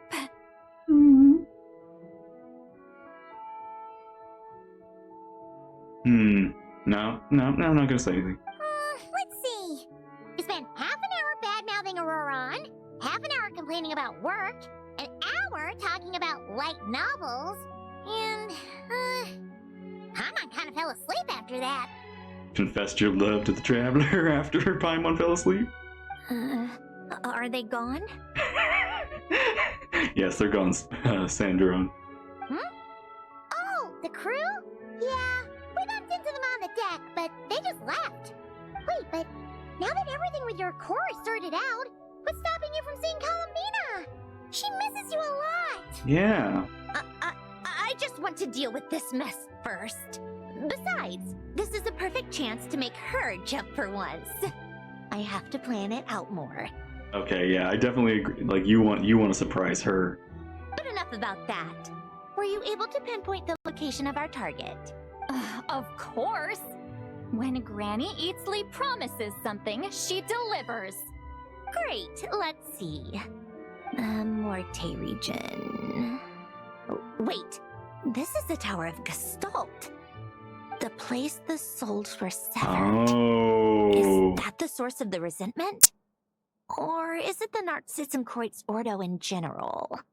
Let me come with. This thing's movement isn't fixed. If it's not at this location when we get there, I can use a ritual to summon it. You've already gone to more than enough trouble. Oh, come on, Sandy. Let's take Sea Lolly. I don't mind. These old bones have nothing better to do anyway. Summoning a spirit isn't going to do me in. Besides, if I don't go, they'll just have more inside jokes I can't join in on. All right then. I appreciate it. There's no time to lose. Let's head out.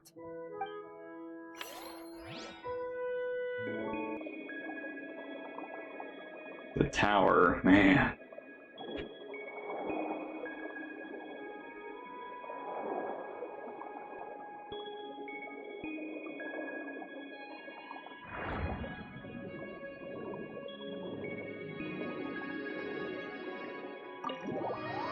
Huh, no sign of it so far.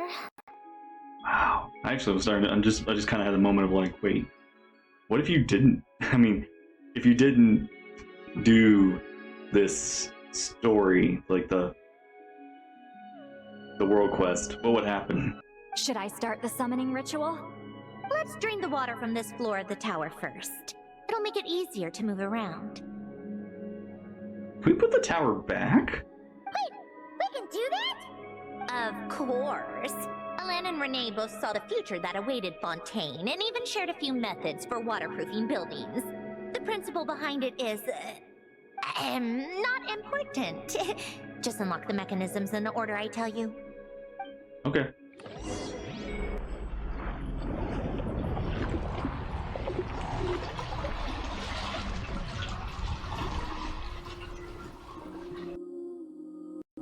I'll try again. Ready? Yeah. When this thing appears, I'll try talking to the souls inside. But more than likely, they've already been driven to madness. If communication fails, we'll have a battle on our hands. In that case, Paimon better find a hiding spot!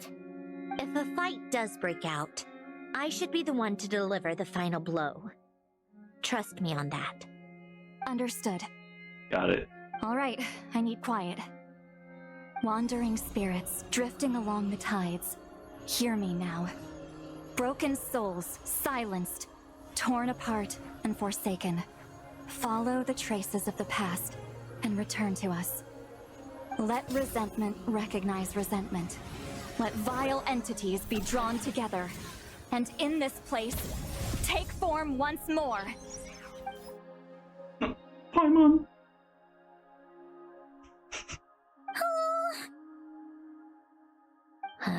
What now? Is that it? Did nothing happen? This is exactly why I deal in math, not magic. How are we supposed to know what stage the spell is at? It's like there's no logic to speak of. Mechanical science is so much easier to... I think something's forming. Watch out! Yeah, big boy. Hey, you! Or whoever's inside of you. I need you to listen to me. I'm a descendant of Fontaine's Lord Artificer, Alain Guillotin. I can make you whole again and return you to the ley lines. You just need to work with me here. We're gonna have to beat this down first. Sandrone! Looks like talking this out is off the table. Alright, plan B. Time to blow off some steam.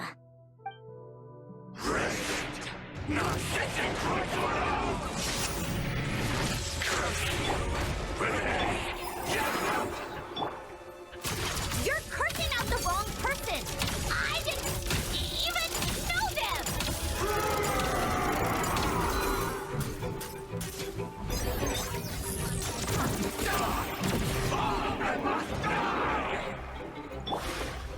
Most of them already did. But you still have a chance to return to the ley lines and reunite with your families. Just work with me here!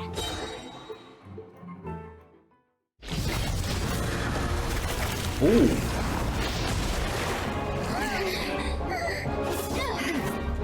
Oh, Lumine's in her. Oh.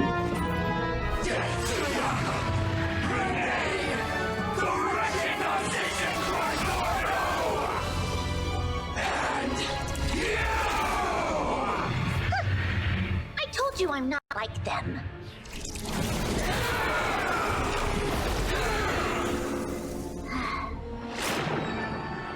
I'm stronger.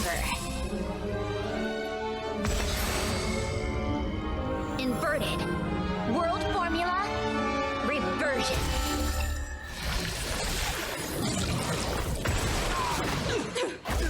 Oh.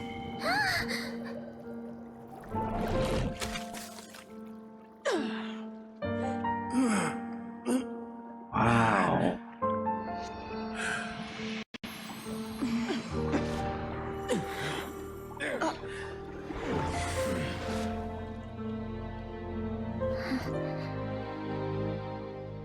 Be at peace among the tides.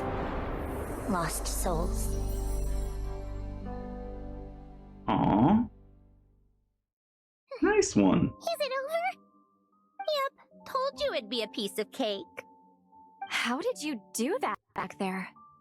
That creature was nothing special. Add a bunch of souls with nowhere to go, a touch of malicious energy, a few impurities, and a whole lot of resentment. And that's what you get. All I did was separate the original souls from the rest of the filth, allowing them to be accepted by the current rules of the world. You broke up their unity and made them individuals again. The principle behind the world formula is divergence. Starting from a point of origin, it deconstructs and reconstructs the possibilities of the world to find certain answers. So, it would follow that reverse calculating the world formula allows us to achieve convergence and restoration instead. Using a numerological array, I was able to do just that. It's similar to the concept of homological reduction in mathematics. I reduced them to the basic fundamental essence of their being without changing their underlying nature. Lumine, why are you looking a little grumpy? I can understand Paimon's confusion. I bet this is a lot of, words. That meant... never mind. Judging by all the blank stares, I'm guessing you don't actually care. No, I'm very... No, keep going. I care. I think I finally understand how Outlanders feel when I ramble on about shaman stuff. Point is, it was super impressive! You really are amazing, Sandrone! You're just realizing that now? She's a genius. I expect nothing less from the unraveler of all reason. Ahem. Enough about that. We should get going. I'll go reset the mechanisms inside the tower. See you back on land.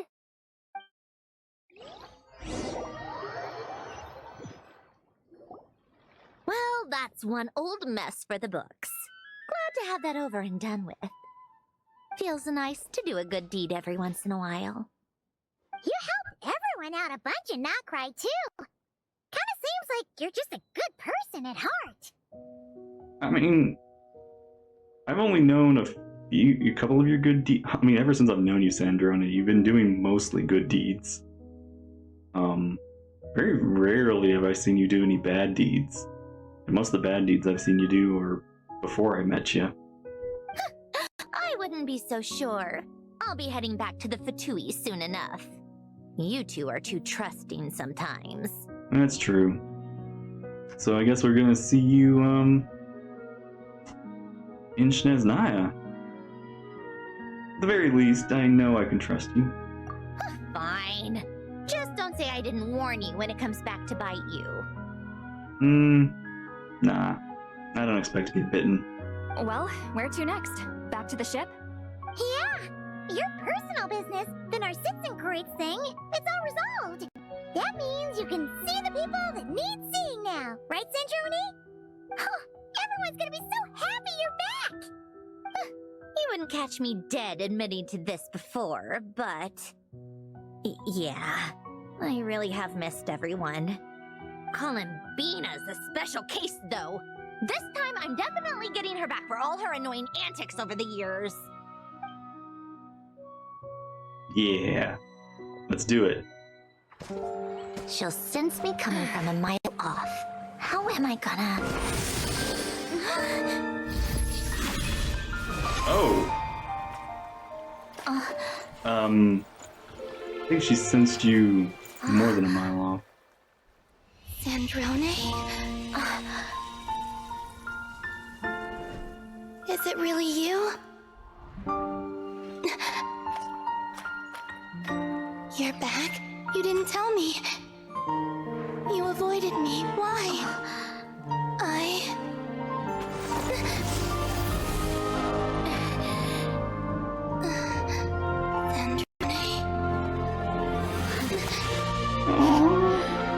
Now we're even. I missed you so much. That makes one of us, idiot. I'm here, Columbina.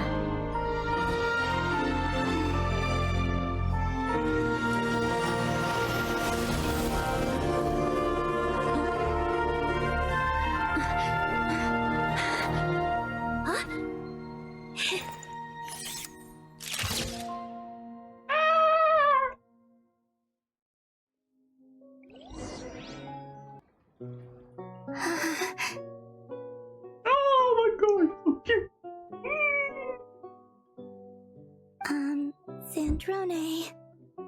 What? What? You don't want this hug anymore? Don't ruin the moment. Or I'll start thinking about how you teleported me to a random location after I explicitly told you to stop doing that. I mean, well, there are other people. We got teleported again. And scene! Bravo! Bravo! We got it! This is exactly the ending I was hoping for.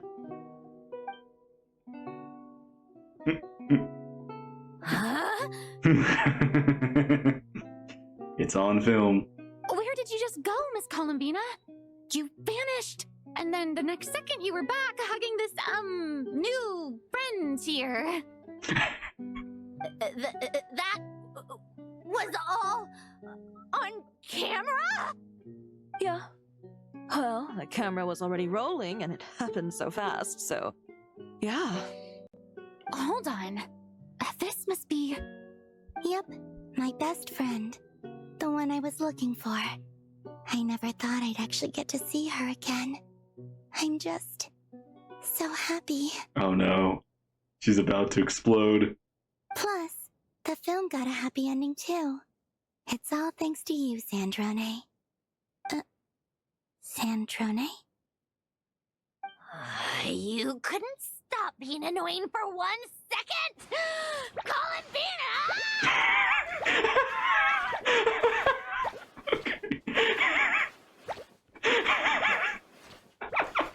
Just gonna stay on this for a minute.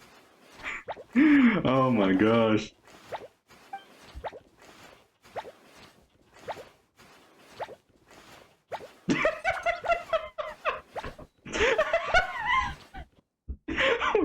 That's all, folks. Oh, the movie! Oh, I can't read that. It's all Fontanian to that. Wait, is this the credits? Oh, what does it say? I guess it was just like the director's actor's name. Oh my god!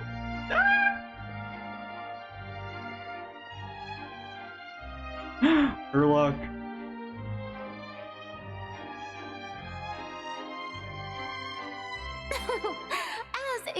expected.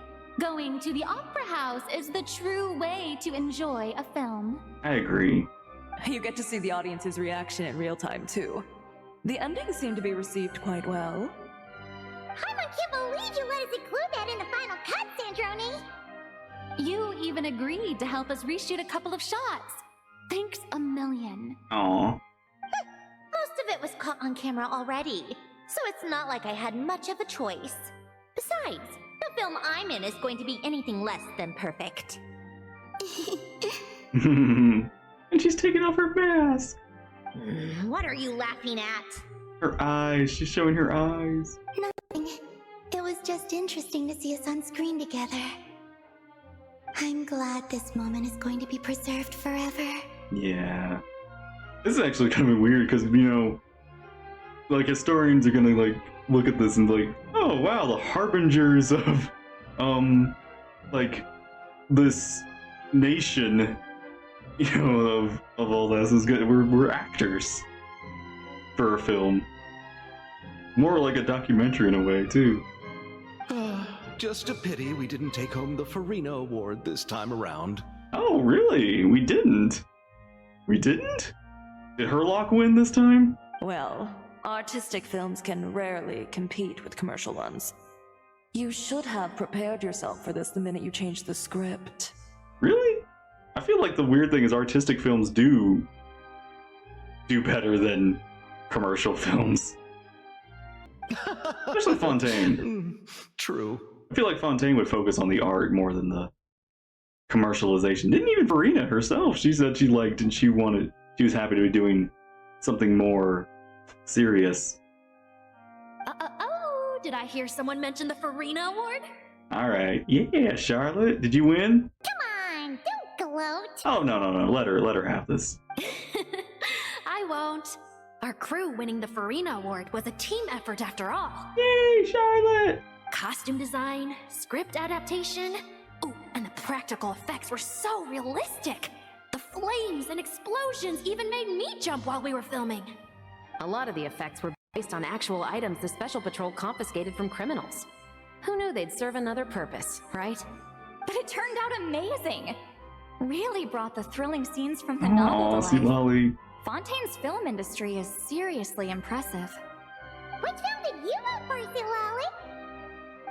Isn't it obvious? Great Detective Herlock, of course! That's the whole reason I'm here! You getting your autographs? You all should be proud, though. A lot of critics are saying really good things about your film, too. Yeah, like Herlock is getting the audience score, while I would say, what do we call our film? Well, the Sandbina film is getting the critics score. Longing and loss? Oh. Searching for something even after it's gone? It's a film that makes you think about life, and how important it is to explore those themes. Well, that is what the art of storytelling is for. Watching a film with friends is so much fun! There's so much to talk about! Ooh, let's throw a celebration later then! We're all old friends! Oh, we could find a place and chat to our heart's content! How about the Wingalette? That's perfect! Friends and family are more than welcome too. So if you want to bring people, don't be shy. Oh, please bring everyone. You all can head over first and make yourselves at home. I'll bring over some refreshments in a bit.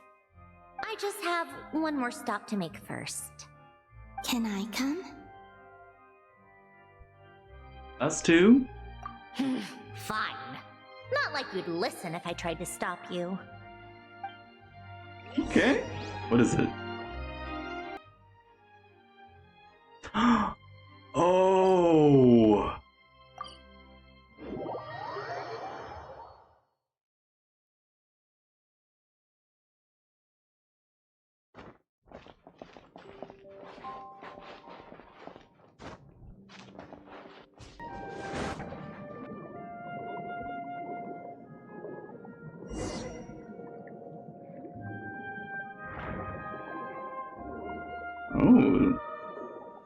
Was this here before?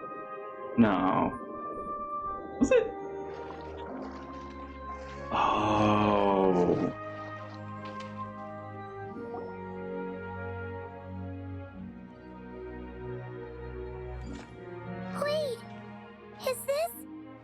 His grave? Yes. Here lies Lord Artificer, Elaine Gaeltan. This is his grave. Oh. I'm sorry, Ellen. I'm sorry this is the first time I've been back since leaving Fontaine. I should have come to see you more often. I got your gift. I even cleaned up one of the Narcitzenkreuz Ordo's messes along the way. Aww. Our home is just as quiet and warm as it always was. The flowers in the garden are still thriving. I'll make sure to tend to them more often from now on. Polonia received irreparable damage in battle. I should have taken better care of your invention. I'm sorry. Polonia was family to me. Just like you. You always said I was a fast learner. But I'm not so sure. It took me far too long to learn the things that truly matter. I never said this to you back then, but thank you for creating me, for giving me the chance to experience life. Being your family meant everything to me. Absolutely everything. Can I say a few words as well, Sandrone? Don't need my permission. Hello, Mr. Gaeltan. I'm Sandrone's friend. You don't need to worry. Sandrone is doing great. Not only is she a brilliant scholar, she's made a whole bunch of friends, too. And she takes great care of them. As if... She'll never admit it, but she's always there when her friends need it the most. I wouldn't even be here without her. So, if she ever needs help, her friends will be there in a heartbeat, including me. That's what best friends are for. Columbina. What else? Oh, she likes drinking bitter coffee, listening to piano music when she can't sleep. Turns out she even likes giving hugs. No, wait! Don't tell him all that! Oh, why not? Huh? I don't understand. I didn't think you'd want to hide things from him. Well, yeah, but there are still things I don't want to say. Okay. I'll come by myself and tell him for you then. That's not what I meant! All right. Enough with the speeches. If no one has anything else to add, let's just leave it there. Should we say a few words too? Kinda seems like Columbina said it all. Yeah, let's leave a flower. Oh, great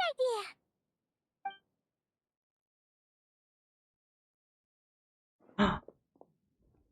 Aww.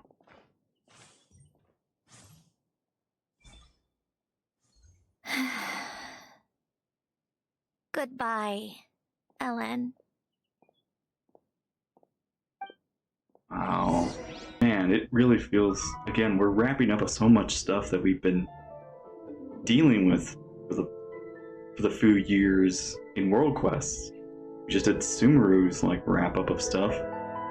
Now we're kind of like just kind of finishing up the last bits of Fontaine that are left to kind of smooth out. It's crazy. It's crazy how it feels like we're really finishing the story. It's one of those things where it's like, I like it when a story has everything all wrapped up. I do understand the appeal of ambiguity or things being left unsaid. Those are nice too. But I really enjoy when there's closure, when things are wrapped up. So seeing closure is nice. Yeah. All right, time to party. You made it! The party's already started. Oh, but, you didn't bring anyone else along? I thought you headed out to invite some friends. Oh my gosh! We did invite a friend, actually. She'll be here soon. She's even bringing some desserts to have over tea. You should join us later, Miss Furina. Oh no. Oh no. Oh no. If that's who I think it is, oh, poor Furina. Wait, please, please, please resolve this for Furina. I do love a tea party. Then don't mind if I do. Oh boy. I mean, the kids are here, so of course the dad will probably be on her way. This seems like a fun occasion. Let's go talk with everyone. Good idea! We'll introduce you to all our old friends! Oh! Granny Eatsley, you're really not going to let us borrow these cute little stuffed toys for our magic show? Oh, you're already a granny to these kids. First of all, Seat Lalin and Eats Papa are Chi-Chi meal.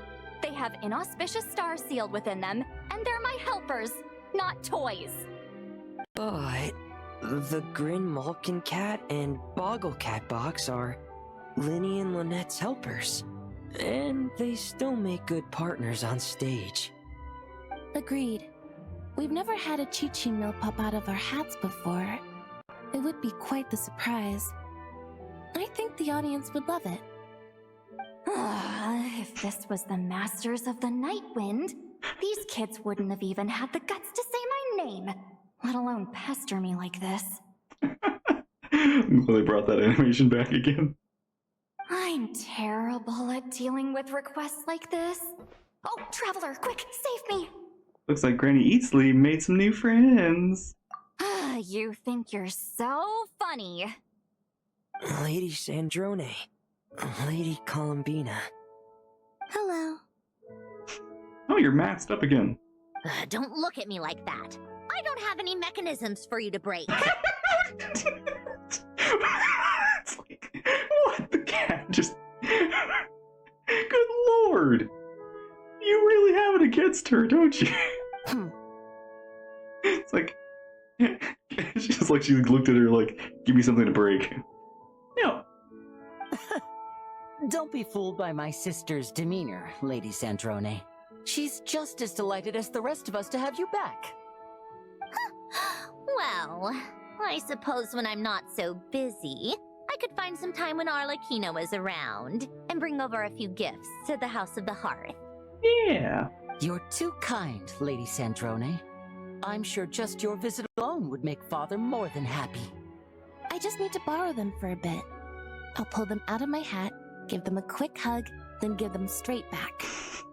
When did hugging become a part of it? Oh!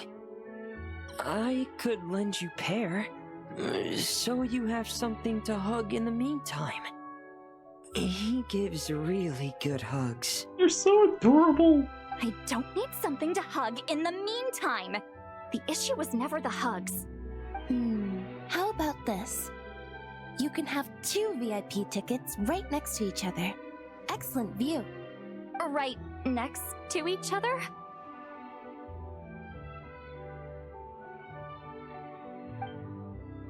Oh. Yep, super quiet. No one will bother you. I'm sure you'll have a great time. Okay, that's actually got her. Fine.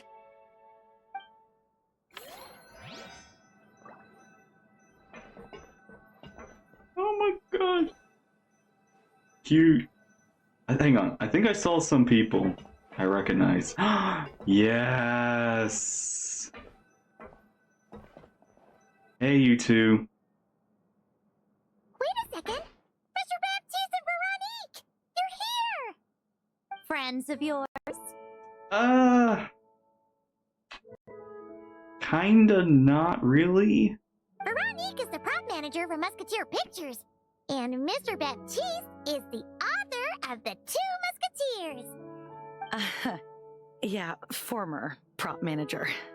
Now we're just 2 criminals serving our time. How are you doing? Thanks to Duke Risley and Nurse Sijwin looking out for us. Not too bad, actually. I'm glad. I'm glad you two are doing okay. And I hope eventually you'll get out of prison. You make it sound like I'm giving you special treatment. I just think the method of justice you chose to pursue is one people can respect. Yeah, he would understand. He would understand. You are far too modest, Your Grace. The only reason we were even able to come to the surface for the festival is because you fought for it. It's also just good for the physical and mental health of the prisoners in general. Anyway, I suppose I have you to thank for keeping the winglet in such good shape. I never knew she could look so striking. I didn't do anything special. It was mostly the Traveler and the others. Don't sell yourself short, Miss Guillotin. You are the current captain after all. In light of that, I have to ask, do you mind if I leave up some of the installations so the people back at the fortress can also enjoy the aquarium? Huh? Like the aquarium. Oh. Like I said before, I just think it would be good for the inmates who clean and maintain the winglet to see their work put to good use. Ooh, that looks really pretty. Besides, maintaining an aquarium is sure to be a lot more interesting than scrubbing rust off the walls and deck. Of course I don't mind. I'm grateful you even want to keep it. Great. Then it's decided. That's amazing, Sandrone. We should go hang out at the Fortress of Meripede later, then. You do know you just invited me to hang out in prison, don't you? Adorable. Oh. What a dream come true! For once, it all worked out! Yeah! I can die without regrets! It all paid off. Let's not get too ahead of ourselves, Director Lapine Pauline. What was in that piece of cake you just handed her, Escoffier? Maritime flowers, eggs, flour, same as all the other pieces. What, you think I tampered with it? Playing a detective in real life now too, are we? Oh, it's so delicious! I'm so happy! My life has peaked! Oh my gosh. Miss Lapine Pauline, look who I brought! Master! Nanette? Wait, what happened to your face? Why are you crying? Never mind my face. Here, let me introduce you. This is Miss Charlotte and Miss Escoffier. Things are sounding lively over here. Oh, look who it is! Perfect timing. I was so busy with the shoot, I feel like we barely got to talk. And the elusive Miss Guillotin. It's great to see you. Thank you so much for letting us use the boat free of charge. That was so generous of you. Oh, right. Introductions. This is Miss Charlotte and Miss Escoffier. That's kind of you, but I didn't really do anything. If you want to thank someone, it should be the Duke or the people who keep the boat in such good shape. Oh, yeah. Right. I'll head over in a bit and do just that. Miss Columbina? Yes? Could I interview you sometime? I'll treat you to some gâteau de bord for the trouble. There's only a limited amount available each day. Oh, but it's an absolute must-try when you're in Fontaine. The cake. Oh, sure. Bold of you to use my own cake as a bribe right in front of me. I was gonna say, can't Escoffier just make that cake? You know what? When else are we all going to be together like this? Come on, everyone! Grab your drinks! Cheers! Are we going to toast? Yup! Come on! Sunday! Oh my gosh, I love how much fun they're having with the, animating certain moments. I'm surprised you had any drink left after all that. Wow, gosh. It really is feeling like a good gathering of Fontaine experiences. Hey, gals. You made it. Sorry for starting the celebrations without you. No worries at all. We're just glad everyone's having such a great time. Oh, right. You've probably seen them around already, but let us introduce you for real. This is Miss Columbina and Miss Guillotin, right? Oh, we saw the film you were in. It was so touching. Yeah. Yep. This one started bawling her eyes out right next to me in the theater. And oh, you two were right next to each other. I know. I didn't bring nearly enough tissues. Thanks. These We are saw happy your tears. film too. I memorized all your names. Oh, guess we can skip the introductions then. Our effects were pretty over the top, right? Some of the extras in the big scenes were actual members of the Spina di Rosula. I was gonna say, Navia would have like a bunch of extras at her beck and call. So basically, your contribution was creating realistic-looking chaos. That wasn't the only realistic aspect. Miss Chevres and Miss Emily were also kind enough to lend their expertise on criminal investigations and forensics. Made it much more believable. Oh, it was nothing. I was just honored to take part and help out. I'm so glad. Wait, I feel like this is the first time I've seen Emily in Fontaine. Like, first time was in Sumeru, second time was in, Leeway. I feel like this is the first time she's been in Fontaine. Except for, Siege Wing's trailer, but I mean, like, that was like a millisecond. Wow! No wonder your film turned out so good. You basically had an expert in every field. Talk about a stacked crew. Oh, speaking of, want to join in on a round of tabletop troupe later, Miss Columbina and Miss Guillotin? I mean, what better place for a party than a party? Please, I would love to see what their D&D characters would look like. Here we go again. That sounds interesting. Yes! Persuasion successful! Stop! What about you, Miss Guillotin? Stop! Gosh, they're even in on the meme. I guess one round couldn't hurt. It's gonna be way longer than one round, Sandrone. Critical success! Oh my gosh, it's just pointing! What is this? What is this?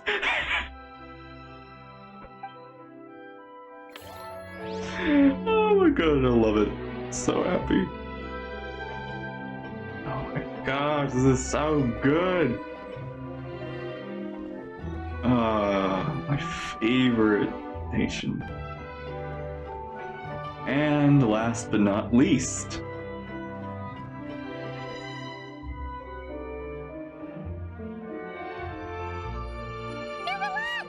You came to the celebration too! of course. Yes.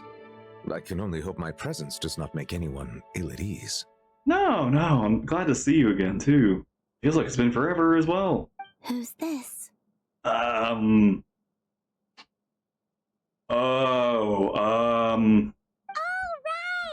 This is Nervalette, the Udex of Fontaine.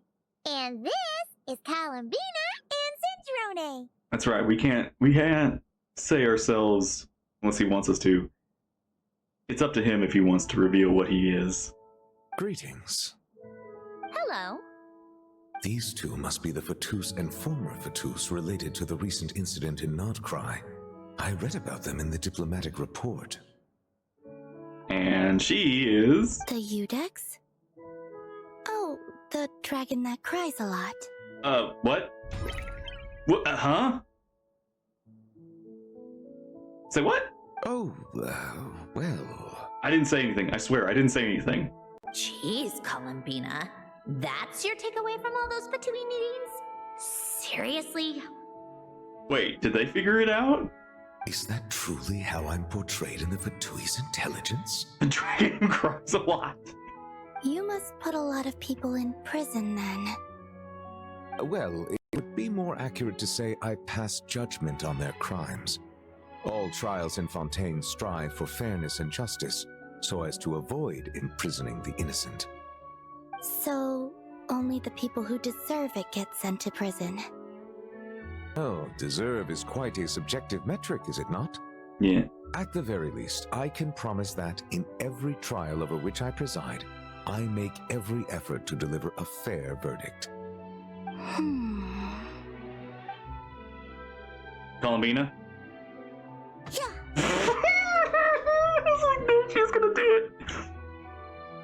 Oh, wait, you were supposed to declare friendship before you punch the friendship. Oh, for the love of... What is she doing now? You seem like a good dragon. Not the kind that throws people in prison for no reason. I think we can get along just fine. Aww. Thank you? Then she punched me because... it's it's like a fist bump.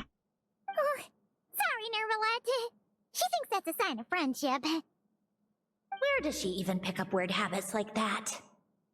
Ah, I see. I believe I have observed people on the streets of Fontaine expressing affection in a similar manner. Okay. I suppose I now know what it feels like. Yes. Quite Oh my gosh. These two are surprisingly alike. Makes sense. Oh, looks like Arlecchino's here. Come on, Columbina. Let's go have ourselves a tea party. Well, it's been quite some time since the three of us gathered to drink tea like this. Oh my gosh, I did not expect Furina to be like just right here. Actually kind of shocked. I thought this was gonna be a... Wow, alright. Yes, but your tea is as good as ever, Sandrone. Of course it is. The pastries you brought aren't half bad either, Arlecchino. I'm glad to hear it. Are they to your liking, Miss Furina? If I remember correctly, this particular cake is your favorite. Yes, thank you. The tea and pastries are absolutely delicious. Okay, she's pretty calm. I can't believe I'm casually sipping tea with 3 harbingers. Or are some of them former harbingers? Who knows? She seems to be stable about this. Due to diplomatic reasons at the time, our last tea party was rather tense. Wasn't it, Miss Furina? You have my apologies. Aww. But this is simply a casual gathering of close friends. So I do hope you can relax and enjoy yourself. Aww. Okay, we're actually... I'm glad we're also settling, like, past grievances. Of course! I appreciate the hospitality, in both cases. Next time, let me be the one to treat all of you. Aww. I'm sure we'd all be delighted to have you join us more often. The same goes for you two. Just keep the pastries coming. And we'll be here. We'll be there. Don't mind if we do. Of course. Of course we should do this again. We've all been through thick and thin together by this point.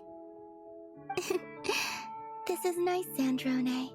It reminds me of the happy times back in Snezhnaya, when things were so lively. Yeah. To be honest, I never thought these gatherings would feel this lively ever again. Well, I think I speak for all of us when I say we're truly glad you're back, Sandrone. Me too. I've realized that holding on to what matters doesn't just mean protecting what you already have. By reaching out and striving for something new, you can gain much more than you think. No, that certainly doesn't sound like something the old you would say. Oh, well, I'm only going to say it once, so don't get used to it. Who knows? Perhaps your tea parties will only get livelier from here on out. Once you return to the Fatui, we'll have more opportunities to keep in touch in any case. I want to spend more time together too. But I don't want to go back to the Fatui. Well, nod-krai isn't too far from Snezhnograd. It shouldn't be hard to find a place where we can all get together. Yeah. Oh, and then I can sing for you, or put on some of your favorite music. Just like the old days. Speaking of music, I spotted a mechanical piano below deck. Is it yours, Miss Guillotin? Yes. Reclaimed, I suppose you could say. Okay. Gathered that all up. Why don't you play something for us? Oh, yeah. Oh. Is she gonna play her theme? Huh? In front of all these people? Yes. Yes, why not? You play so well. I also want to hear you play. Yeah, come on! Just a little. Please? For the love of... Fine! One piece, and that's it.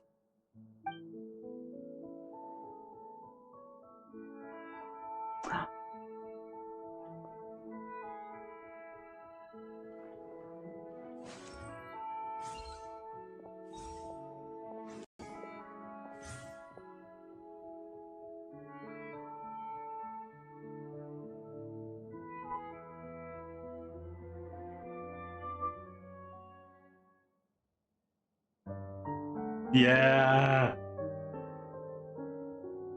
Oh, wow.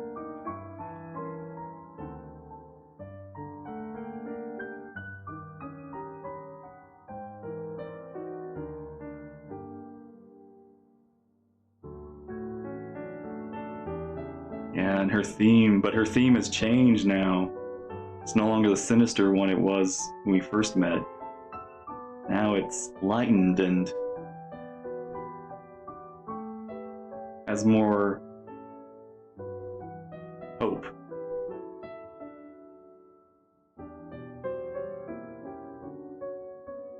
Oh.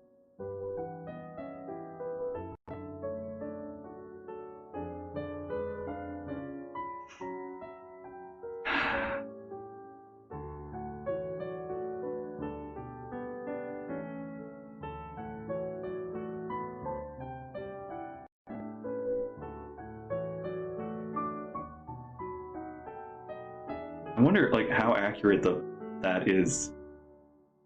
Her fingers playing.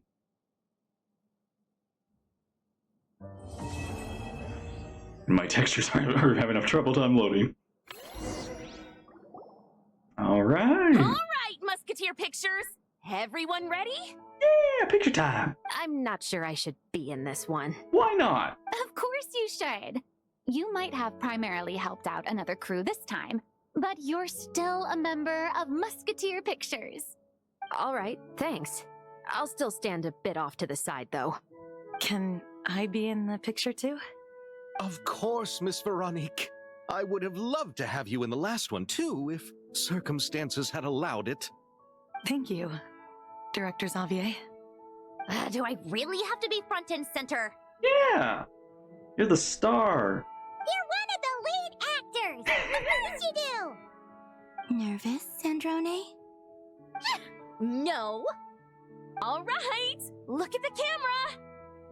And 3, 2, 1.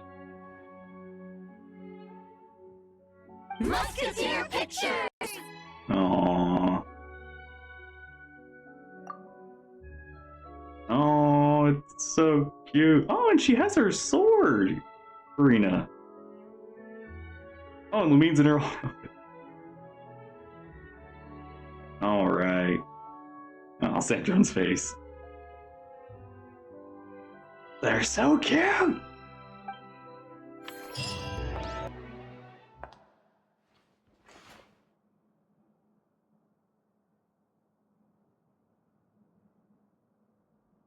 Actually using little foot pedals.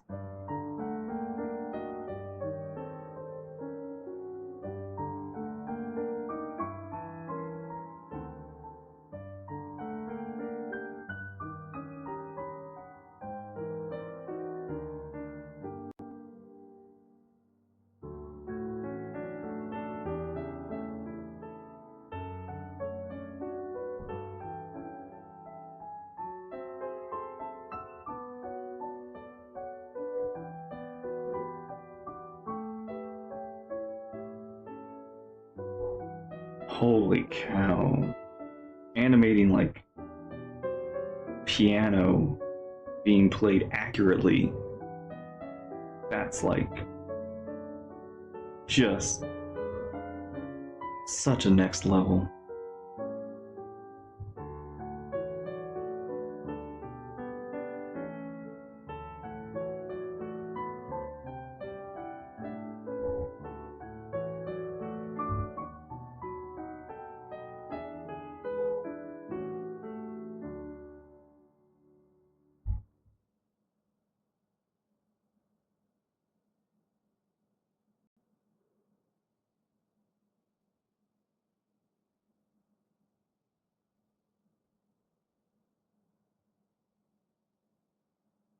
Nice.